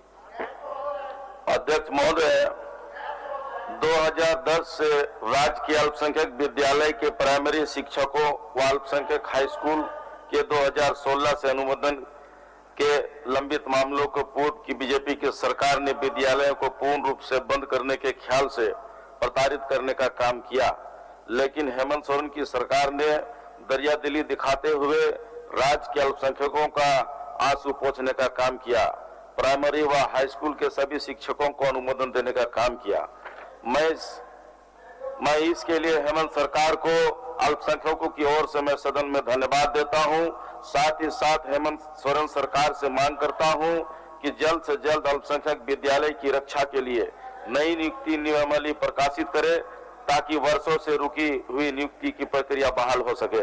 धन्यवाद। माननीय सदस्य श्री भूषण बालाजी। माननीय सदस्य श्री भूषण बालाजी। माननीय सदस्य श्री वीरेंद्र नारायण जी। माननीय अध्यक्ष महोदय, मैं बोकारो में बीएसएल के द्वारा, बोकारो स्टील प्लांट के द्वारा जो लगभग 30 एकड़ भूमि जिला प्रशासन को दी गई है, पिछले कई वर्ष पहले उसके अंदर एक मल्टीपर्पज टाउन हॉल बनाने की मांग सदन के माध्यम से करता हूं। माननीय सदस्य श्रीमती ममता देवी जी। धन्यवाद अध्यक्ष महोदय। अध्यक्ष महोदय, रामगढ़ जिला अंतर्गत रामगढ़ छावनी परिषद में कुल 8 वार्ड हैं, जिसमें 7 वार्ड वो रामगढ़ प्रखंड में है और वही एक वार्ड जो वार्ड नंबर 7 है जो पतरातू प्रखंड में है। और रामगढ़ प्रखंड की दूरी 3 किलोमीटर जबकि पतरातू प्रखंड की दूरी 32 किलोमीटर है। अध्यक्ष महोदय, मैं आपसे ये आग्रह करूंगी, शून्यकाल के माध्यम से ये मांग करती हूँ कि दूरी को देखते हुए वार्ड नंबर 7 को रामगढ़ प्रखंड में शामिल करने की मैं मांग करती हूँ। बहुत बहुत धन्यवाद महोदय। माननीय सदस्य श्री संजीव सरदार जी। अध्यक्ष महोदय, झारखंड राज्य में विगत 5 वर्षों से शिक्षक पात्रता परीक्षा टेट का आयोजन नहीं हो रहा है और शिक्षक का गुणवत्ता सुधार करने हेतु प्रत्येक वर्ष शिक्षक पात्रता परीक्षा टेट आयोजन करने के लिए सदन के माध्यम से सरकार का विलंब मांग करता हूं। माननीय सदस्य श्री विनोद कुमार सिंह जी। अध्यक्ष महोदय, मैं गिरिडीह जिले के सरिया प्रखंड में एसएनटी आदर्श उच्च विद्यालय कैपिलो को माध्यमिक शिक्षा विभाग से अस्थायी प्रस्वीकृति देने की मांग करता हूं। झारखंड इंटर काउंसिल ने जैक ने पहले ही इसकी अनुशंसा सरकार को कर दी है, तो मैं माननीय शिक्षा मंत्री जी का ध्यान आकर्षित करता हूं आपके माध्यम से कि उसे अस्थायी प्रस्वीकृति दे दी जाए। माननीय सदस्य श्री समीर कुमार मोहंती जी। अध्यक्ष महोदय, सुवर्णरेखा परियोजना के अंतर्गत पूर्वी सिंहभूम जिला के चाकुलिया प्रखंड के शाखा नहर OR 46 का निर्माण किया गया है। नहर निर्माण के में लगभग 71 परिवार विस्थापित हुआ है, जिन्हें नियमानुसार मुआवजा भी मिल चुका है, परंतु विस्थापित परिवार को अभी तक पुनर्वास का सुविधा का लाभ नहीं मिला है। अतः OR 46 शाखा नहर निर्माण के विस्थापित हुए परिवार को पुनर्वास का सुविधा उपलब्ध कराने का मांग मैं सदन के माध्यम से सरकार से करता हूं। माननीय सदस्य श्री राज सिन्हा जी। अध्यक्ष महोदय, धनबाद जिले में नगर निगम सहित सभी प्रखंडों के अंदर लगातार तालाबों की संख्या में कमी आ रही है। वो वहां तालाब भर भर के निर्माण कर रहे हैं। 7500 से आज के आंकड़े के अनुसार घट करके लगभग 5000 पे आ गया है वो संख्या। इसलिए सरकार से मांग करते हैं कि तालाबों को बचाने के लिए कोई बहुत कड़ा नियम बनाए और उनको बचाने का प्रयास किया जाए। माननीय सदस्य डॉक्टर इरफान अंसारी जी। अध्यक्ष महोदय, जामताड़ा जिला में अध्यक्ष महोदय जैसा कि आपको मालूम है कि आए दिन आग लगी की घटना आम बात है। जान माल का भी नुकसान होता है महोदय। जामताड़ा में केवल एक ही अग्निशामक वाहन है। हम आपके माध्यम से सरकार से आग्रह करेंगे महोदय कि जामताड़ा जिला अंतर्गत मेहिजाम शहर, नारायणपुर प्रखंड मुख्यालय, करमाटाड़ प्रखंड मुख्यालय, फतेहपुर प्रखंड मुख्यालय और नाला प्रखंड मुख्यालय में अग्निशामक यंत्र फायर ब्रिगेड वाहन की व्यवस्था शीघ्र कराई जाए। धन्यवाद। माननीय सदस्य श्री नमन बिस्कल कोंगाड़ी जी। अध्यक्ष महोदय, भाजपा के शासनकाल में जाति प्रमाण पत्र में षड्यंत्र के तहत धर्म का कोलम बनाया गया था, जो वर्तमान में लागू है, जो पूर्णतः असंवैधानिक है। क्योंकि जाति एवं धर्म दोनों का अलग अलग अस्तित्व है। हमारे संविधान के अनुच्छेद 15(1) में धर्म के आधार पर पक्षपात करने पर रोक है। अनुच्छेद 25 में धार्मिक स्वतंत्रता दी गई है। इसके बावजूद अनुसूचित जनजाति समुदायों के धर्मांतरित लोगों को नौकरियों में आरक्षण एवं अन्य लाभ से वंचित करने के नियत से जाति प्रमाण पत्र में धर्म का कोलम एक षड्यंत्र है। साथ ही अनुच्छेद 25 में दिए धार्मिक स्वतंत्रता को भी प्रभावित करता है।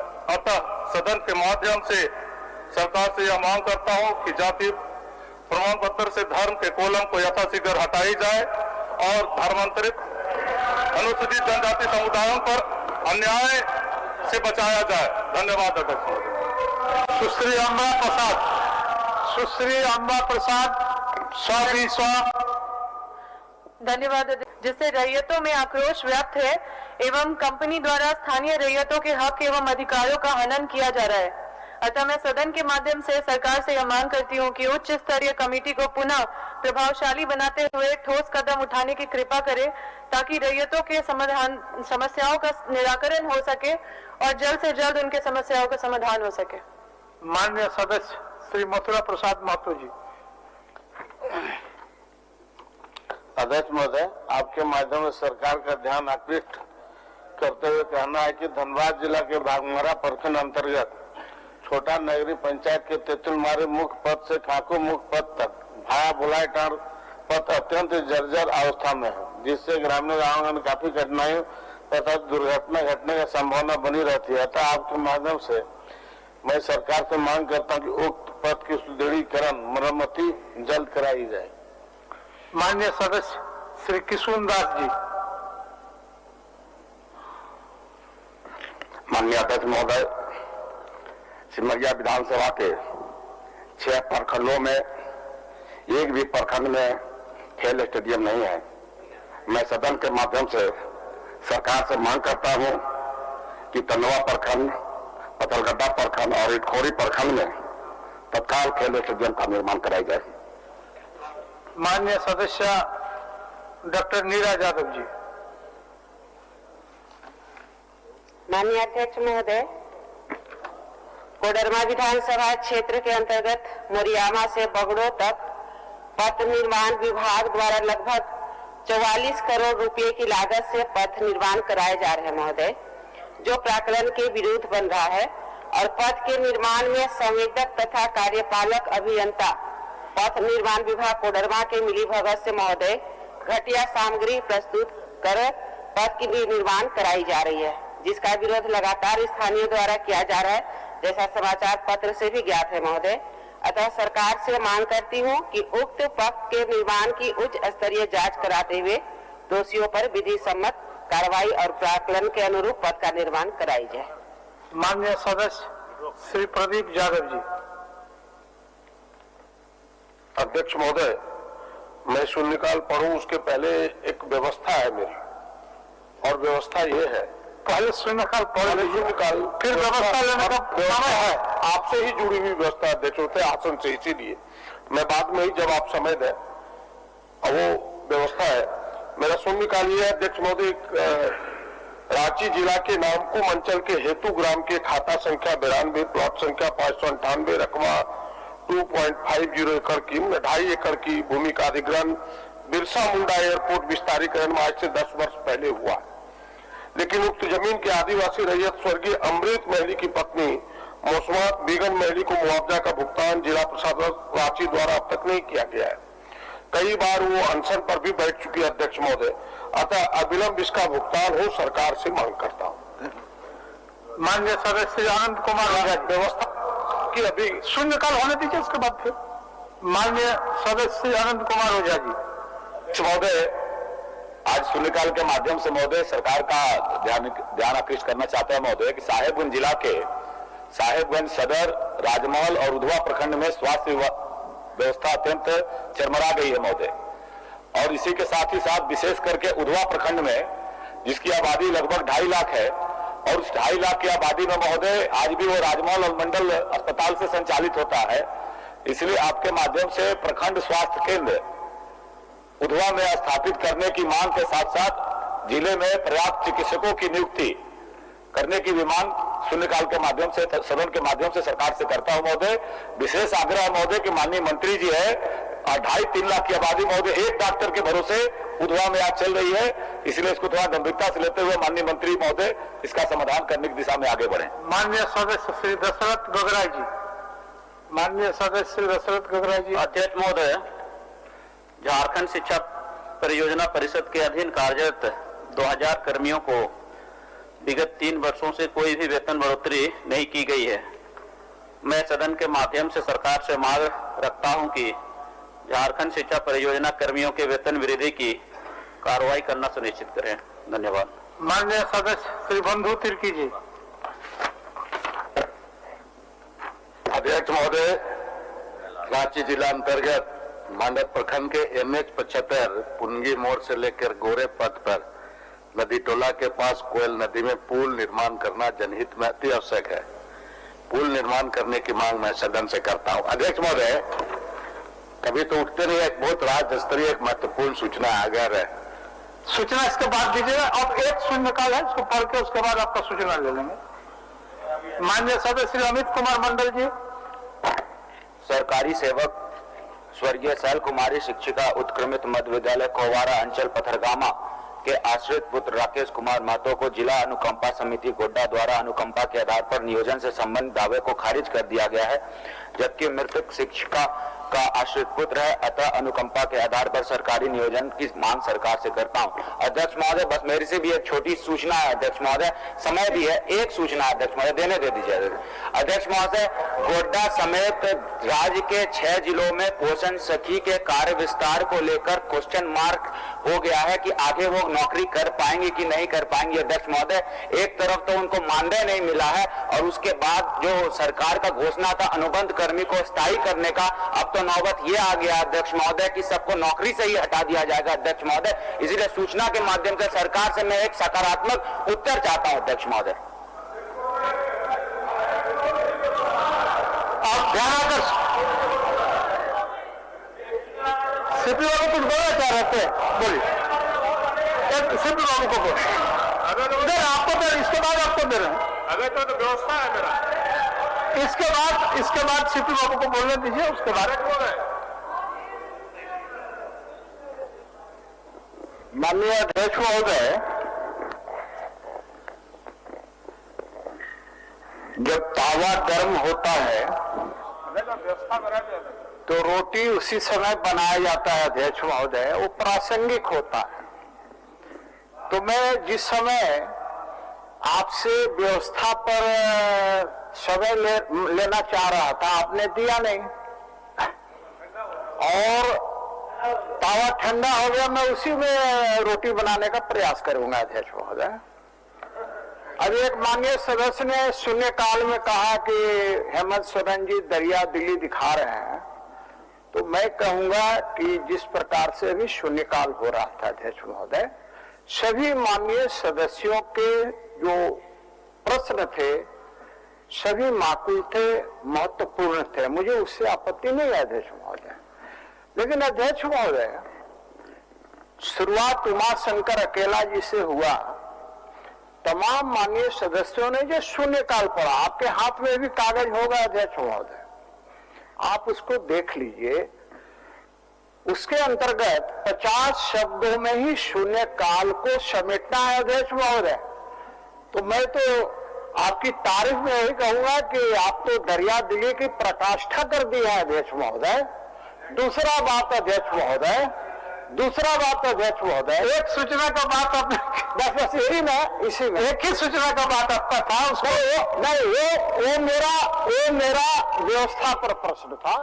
दूसरा सूचना ये अध्यक्ष महोदय, आग्रह के साथ कि कल माननीय अध्यक्ष महोदय आपने मनीष जायसवाल जी को आपने कागज फाड़ने के कारण उनको सदन से इस सत्र के लिए निलंबित कर दिया अध्यक्ष महोदय।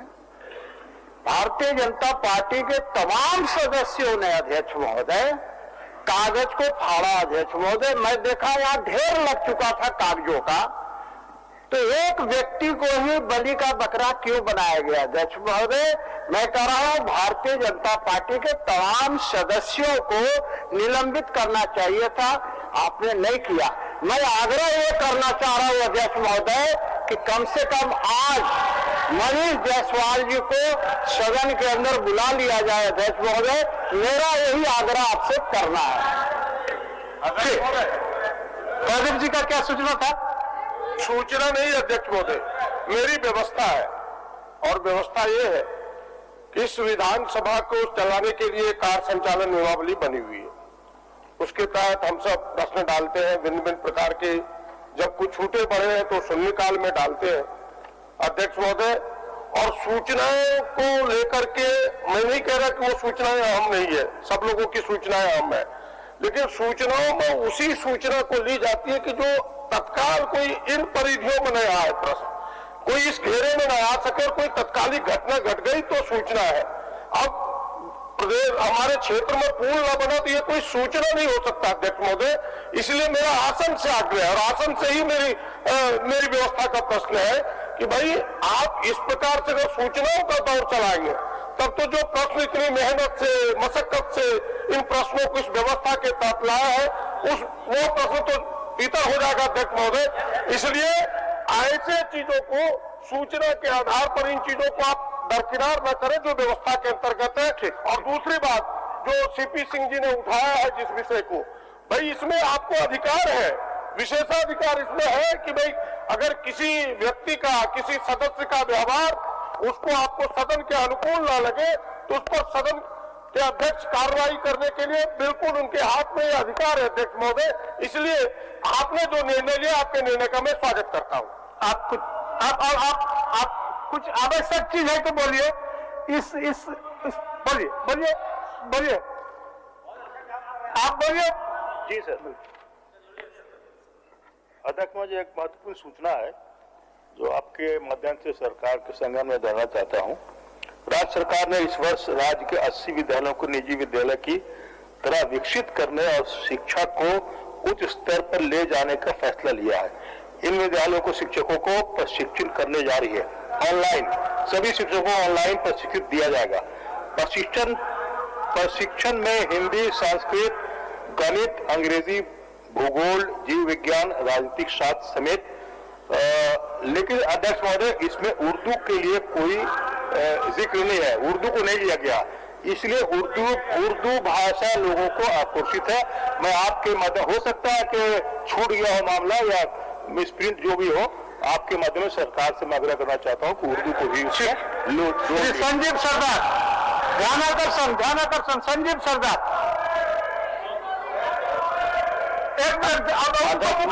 अभी बचिए, ऐसा नहीं होता है, ऐसा नहीं होता है। प्रखंड के पटका प्रखंड अंतर्गत जो हमारे हल्दी पुकुर है, हल्दी पुकुर में +2 विद्या निकेतन उच्च विद्यालय है और उस उच्च विद्यालय में वर्ष 2008 में भवन बनाने का प्रारंभ हुआ था, जो वर्ष 2010 में पूर्ण हो चुका है। लेकिन जो जवाब आया है अध्यक्ष महोदय, इसमें अभी तक भवन का स्थानांतरण नहीं किया गया है और अभी तक अधूरा रखा गया है।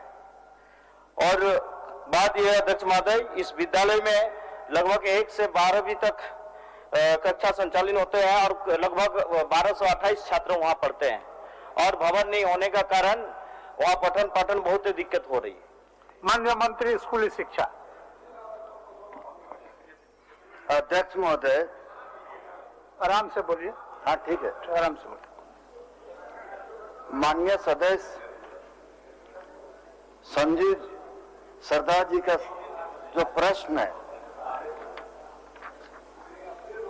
ध्यानाकर्षण के माध्यम से सदन में लाया गया है। अध्यक्ष महोदय, हम सरकार की ओर से वक्तव्य स्पष्ट कर चुका हूं और हम साथ में पूरक भी बोल दें कि प्रश्न करेंगे। आपको माननीय संजीव जी कुछ पूरक पूछना है? हाँ, पूरक बैठिए माननीय मंत्री जी, पूरक पूछ लीजिए। अध्यक्ष महोदय, विद्यालय का भवन पूर्ण बताया जा रहा है, ठीक, कि विभाग की ओर से, जबकि भवन का दरवाजा, खिड़की एवं बिजली वायरिंग का कार्य अभी तक नहीं हुआ है अध्यक्ष महोदय। अच्छा, और कोई पूरक है?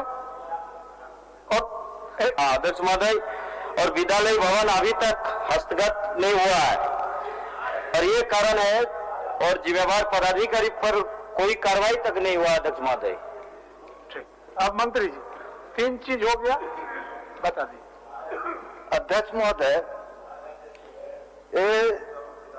G+1 बनना था, लेकिन अधिक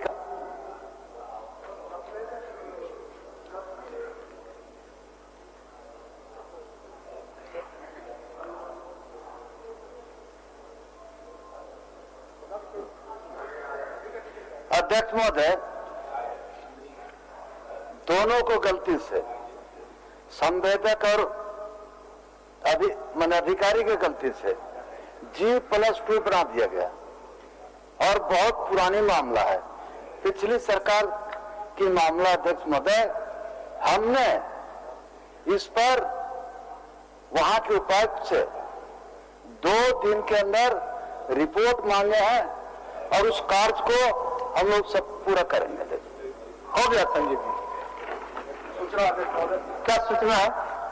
मान्यवर, झारखंड के 7 जिले जो डीवीसी के कमांड इलाके में आते हैं, वहां 8 से 10 घंटे तक की बिजली की कटौती की जा रही। मान्यवर, मैं सिर्फ ये कहना चाहता हूं कि हमारे आंकड़ों के अनुसार 2110 करोड़ रुपया डीवीसी का बकाया है, डिस्कॉम के आंकड़े के अनुसार 2660 करोड़ रुपया बकाया है। मान्यवर, विसंगति तो इस जगह आकर खड़ी होती है कि जब मध्य प्रदेश के डिस्कॉम के आंकड़े हम देखते हैं तो 7625 करोड़ का बकाया है, यूपी का 10539 करोड़ का बकाया है, वहां बिजली की कटौती नहीं होती। मान्यवर, झारखंड इस दंश को झेलने के लिए परेशान है। मैं आसन से आग्रह करता हूं कि आसन कोई नियमन दे, सर्वदलीय हो, अधिकारियों के साथ हो, इस समस्या के समाधान की दिशा में पहल की जाए। मान्यवर, यही मेरा सदन से और आपसे आग्रह। माननीय सदस्य विनोद कुमार सिंह जी। अध्यक्ष महोदय, हमारा ध्यानाकर्षण अध्यक्ष महोदय, हमारा भानु जी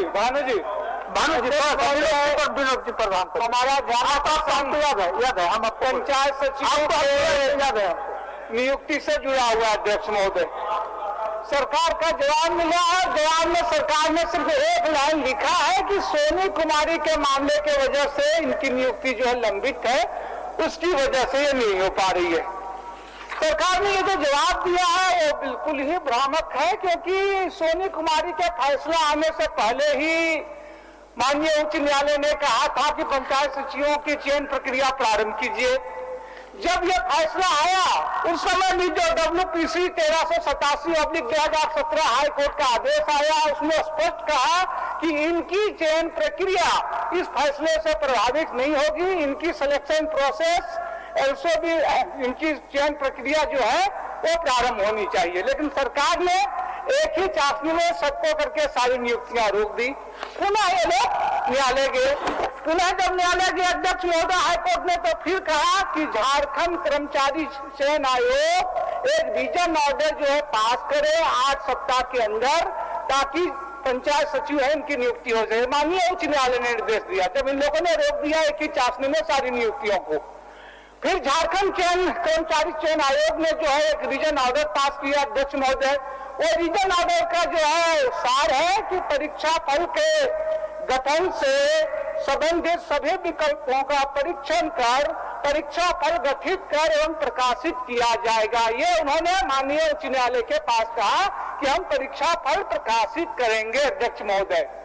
फिर इसके बाद सरकार ने झारखंड कर्मचारी चयन आयोग से पूछा ये 16 जुलाई 2021 को कि भाई परीक्षा फल प्रकाशन हेतु आयोग के पास यदि कोई फार्मूला है तो आयोग इसे अवगत करा सकता है।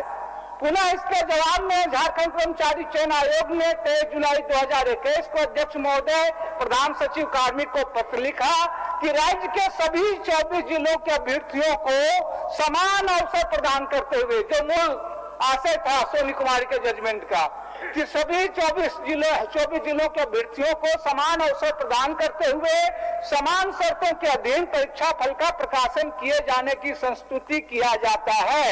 उपरोक्त विकल्प परीक्षा की प्रक्रिया को मान्य सदस्य मंत्री का उत्तर सुन लीजिए। मंत्री का उत्तर सुन लीजिए। आपका जो मूल प्रश्न है आपको मिला है इसीलिए पूछ रहा हूं। उसी में पूरा पूछिए ना, पूरा पूछ रहा हूँ। पूछिए। झारखंड कर्मचारी चयन आयोग ने कहा कि यह प्रक्रिया परीक्षा की जो प्रक्रिया उसको दूषित नहीं करता है, बल्कि ऐसा किया जाना माननीय उच्च न्यायालय के 1387/2017 के न्याय निर्णय के अनुरूप होगा और परीक्षा फल प्रकाशन के लिए अपरिहार्य है। अतः आयोग की संस्तुति पर अपनी सहमति सरकार दे। सरकार कल कर रही थी कि हम जेपीएससी हो जीएससी हो संस्थाओं पर हस्तक्षेप नहीं करते हैं, उनको करने दे रहे हैं। तो हमारा पूरक यही है कि झारखंड कर्मचारी चयन आयोग ने जो कहा है परीक्षा फल के लिए आप उसमें सहमति दे रहे हैं, आप कुंडली दबा करके क्यों बैठे हुए 3 महीने से? चलिए माननीय मंत्री जी। माननीय अध्यक्ष महोदय, ये मामला जो है 2017 का है, जब जो है विगत सरकार ने जो नियमावली बनाई थी उसके तहत पंचायत सचिवों का नियुक्ति के लिए 1 2017 और 2 2017 द्वारा प्रकाशित किया गया था। इसमें एक बिंदु रहा जो सबसे ज्यादा जो प्रभावित किया है यहाँ के पंचायत सचिव के बच्चों को, जो अभी तक हम लोग ने उसका रिजल्ट नहीं कर पाए या नियुक्ति पत्र नहीं दे पाए। एक कारण यह था कि 13 और 11 जिला, तो जब ये बात आई कि जब नियमावली बनी तो 13 अनुसूचित जिला में रिक्त पदों की संबंधित जिला के अभ्यर्थी ही आवेदन दे सकता है। साफ तौर पर था कि 13 शेड्यूल जिला जो है वो दूसरे जिला के लोग या दूसरी जगह के लोग उसमें नहीं जा सकते हैं, नहीं अप्लाई कर सकते हैं। बाद में सोनी कमीर का मामला जो हमारे विनोद जी बोल रहे थे, वो मामला आया, कोर्ट ने उसको खारिज कर दिया और इस तरह के बोले कि आप कर सकते हैं। देखिए कंट्रोवर्सी कहां पर है कि जब अगर हम 13 जिला के रिजल्ट को आउट करते हैं तो कोई तो बोलेगा उस पर जाकर, जहां आपने पहले ही उस पर प्रतिबंध लगा दिए थे तो दूसरा जगह का नहीं हो पाएगा। तो ये सारी प्रकृति है और हम माननीय विनोद जी को आश्वस्त करना चाहते हैं, सदन को भी आश्वस्त करना चाहते हैं, ये सारी बिंदुओं को हम लोग दिखा रहे हैं। हमारे भी संविधान है उन अभ्यर्थी के लिए, उन सारे लोगों को नियुक्ति हो, लेकिन कुछ ऐसे पेच है जिसके लिए हम लोग सार्वजनिक रूप से इसको हम नहीं ला सकते हैं। और सोनी कुमारी के जो खारिज किया गया था उसके एवज में हम लोग को सुप्रीम कोर्ट में भी दायर किए। इसीलिए हम चाहेंगे कि कुछ दिन आप लोग इंतजार कीजिए, हम लोग देखते हैं कैसे उसको निकाला जाए।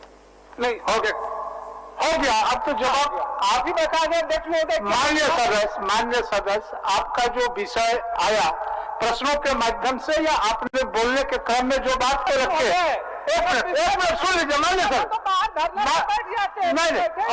नहीं ऐसा नहीं मान्य सदस्य, और ऐसा ही तो एक तरह का धमकी होगा। नहीं ये सब आदत से बाहर जाना चाहिए। हम लोगों को विशेष करके हम एक जनप्रतिनिधि है, तुरंत आसन को चुनौती दे दीजिएगा, चैलेंज कर दीजिएगा, ये सब ठीक हम नहीं मानते।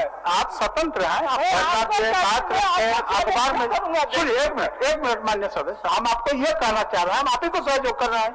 आप ही कौन सहयोग ये कर रहे हैं कि माननीय मंत्री जी आपसे समय मांगे कि हमको कुछ समय दे दीजिए। आपने जिस पेचों का उल्लेख किया, जिस पेचीदगी का उल्लेख किया, उसको निराकरण करने के लिए कुछ समय, यही आप सहयोग कर रहे थे। मैंने पेचों का उल्लेख नहीं किया, मैंने पेचों के उल्लेख में बताया कि उसके बाद डिवीजन ऑर्डर निकला है। आपने कल कहा, माननीय मुख्यमंत्री जी ने कहा कि हम जो है चाहे जेपीएससी हो जेएससी हो हम हस्तक्षेप नहीं करते, तो हमने कहा झारखंड कर्मचारी चयन आयोग नहीं। आपने मांगा, और मैं 13 जिलों की बात नहीं कर रहा हूँ, मैं मांग नहीं कर रहा हूँ अभी कि भाई आधे जिले में हो और आधे जिलों में नहीं हो, पूरे राज्य में नियुक्तियां हो। और तब झारखंड कर्मचारी चयन आयोग ने कहा कि भाई 2400 जिलों में इससे नियुक्तियां होगी और जो हाईकोर्ट का न्याय है उसका भी पालन होगा और ये परीक्षा की प्रक्रिया को दूषित नहीं करेगा। ये आपका ही झारखंड कर्मचारी चयन आयोग का आदेश का पत्र है। मैं अगर गलत बोल रहा हूँ तो बोले, मैं वापस ले लेता हूँ अपनी बात। आप कहा कि 13 जिला में जो हमारे विसंगति है, अगर हम उस पर जाते हैं तो दूसरा कोई कोर्ट नहीं जाएगा।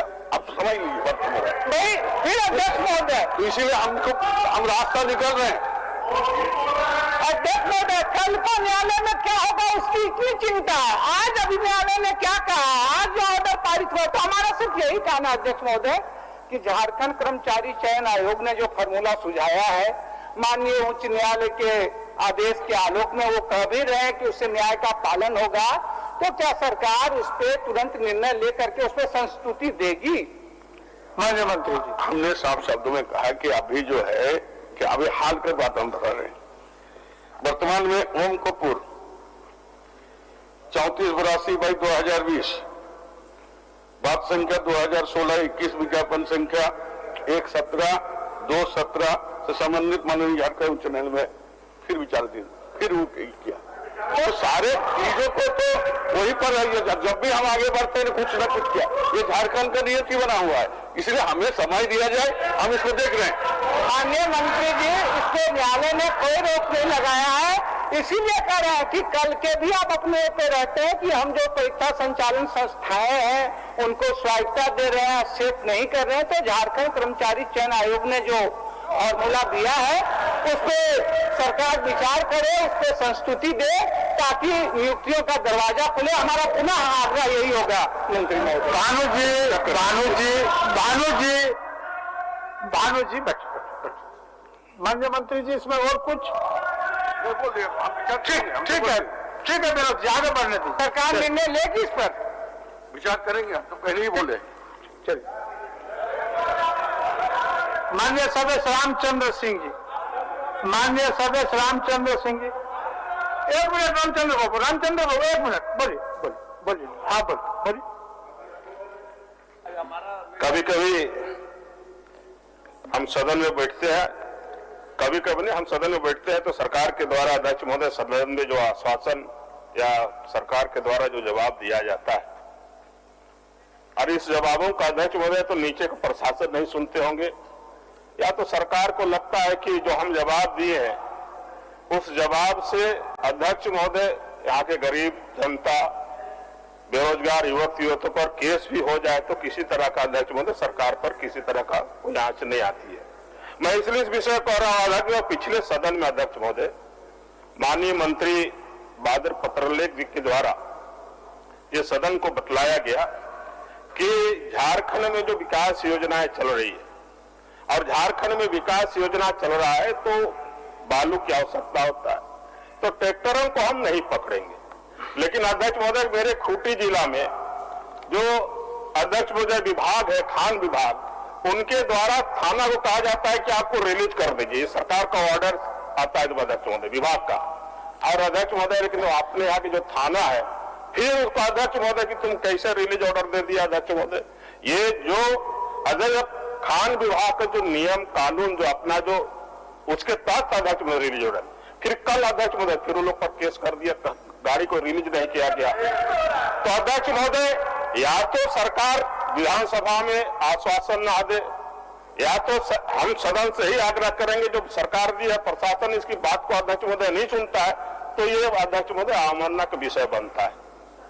इसलिए अध्यक्ष महोदय या तो झूठा आश्वासन ना दे, इसलिए हम अध्यक्ष महोदय आपसे ये आग्रह करते हैं कि इस तरह के अधिकारियों को निश्चित रूप से कार्रवाई होना चाहिए और उसको जो लोन लेकर के ऋण लेकर के गरीब जो बेरोजगार युवक है अध्यक्ष महोदय, उस पर अध्यक्ष महोदय फिर एफआईआर केस करना, केस दर्ज कर देना अध्यक्ष महोदय, इसको सरकार संज्ञान में ले।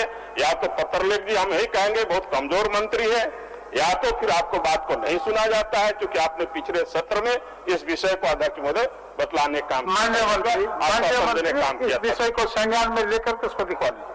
ठीक। माननीय सदस्य रामचंद्र सिंह जी, माननीय सदस्य रामचंद्र सिंह जी। अध्यक्ष महोदय, हम ध्यानाकर्षण के माध्यम से प्रश्न किए थे कि जिस तरह से सरकारी विद्यालय के शिक्षकों के पेंशन में सप्तम वेतनमान का लाभ दिया जा रहा है, उसी तरह सहायता प्राप्त एवं अल्पसंख्यक विद्यालय के शिक्षकों को इससे वंचित कर दिया गया है, इनको उसी तरह से दिया जाए। और यहाँ उत्तर दिया गया है कि उत्तर दिया गया है कि 1/1/2016 अथवा उसके उपरांत सेवानिवृत्त शिक्षकों शिक्षकेतर कर्मियों के 7वें वेतनमान वेतन पुनरीक्षित आधार पर पुनरीक्षित दर पर पेंशन पारिवारिक पेंशन की स्वीकृति दी जाती है। अध्यक्ष महोदय, जब कहीं गड़बड़ है तब इस बात को कहते, तो यहाँ मंत्री जी को यह कहना चाहिए या मंत्री जी आश्वस्त करें कि हाँ उनको दिया जाएगा। माननीय मंत्री जी, माननीय मंत्री जी। अध्यक्ष महोदय, माननीय रामचंद्र सिंह जी का जो सदन को ध्यानाकर्षण के तहत लाया गया है, हम विशेष तौर पर माननीय मंत्री जी को कहेंगे कि आपका जो सुझाव है और सरकार का वक्तव्य है, स्पष्ट वक्तव्य दे दिया गया है। और मैं आपको बता देना चाहते हैं अध्यक्ष महोदय, इन नियमावली को शिक्षक शिक्षकेतर कर्मियों को सरकारी कर्मचारियों के समान पेंशन पारिवारिक पेंशन में पूर्व नियम के तहत दिया जाता है। अध्यक्ष महोदय, 1/1/2016 के पूर्व के सेवानिवृत्त मृत शिक्षक शिक्षकेतर कर्मचारियों को 7वें वेतन पुनरीक्षण के आधार पर निरीक्षित दर का पेंशन पारिवारिक पेंशन स्वीकृति की कार्रवाई की जा रही थी। ठीक। माननीय सदस्य बीरेन चिंगारन जी, माननीय सदस्य बीरेन चिंगारन जी। भानु जी हमको आगे चलने, अभी समय है।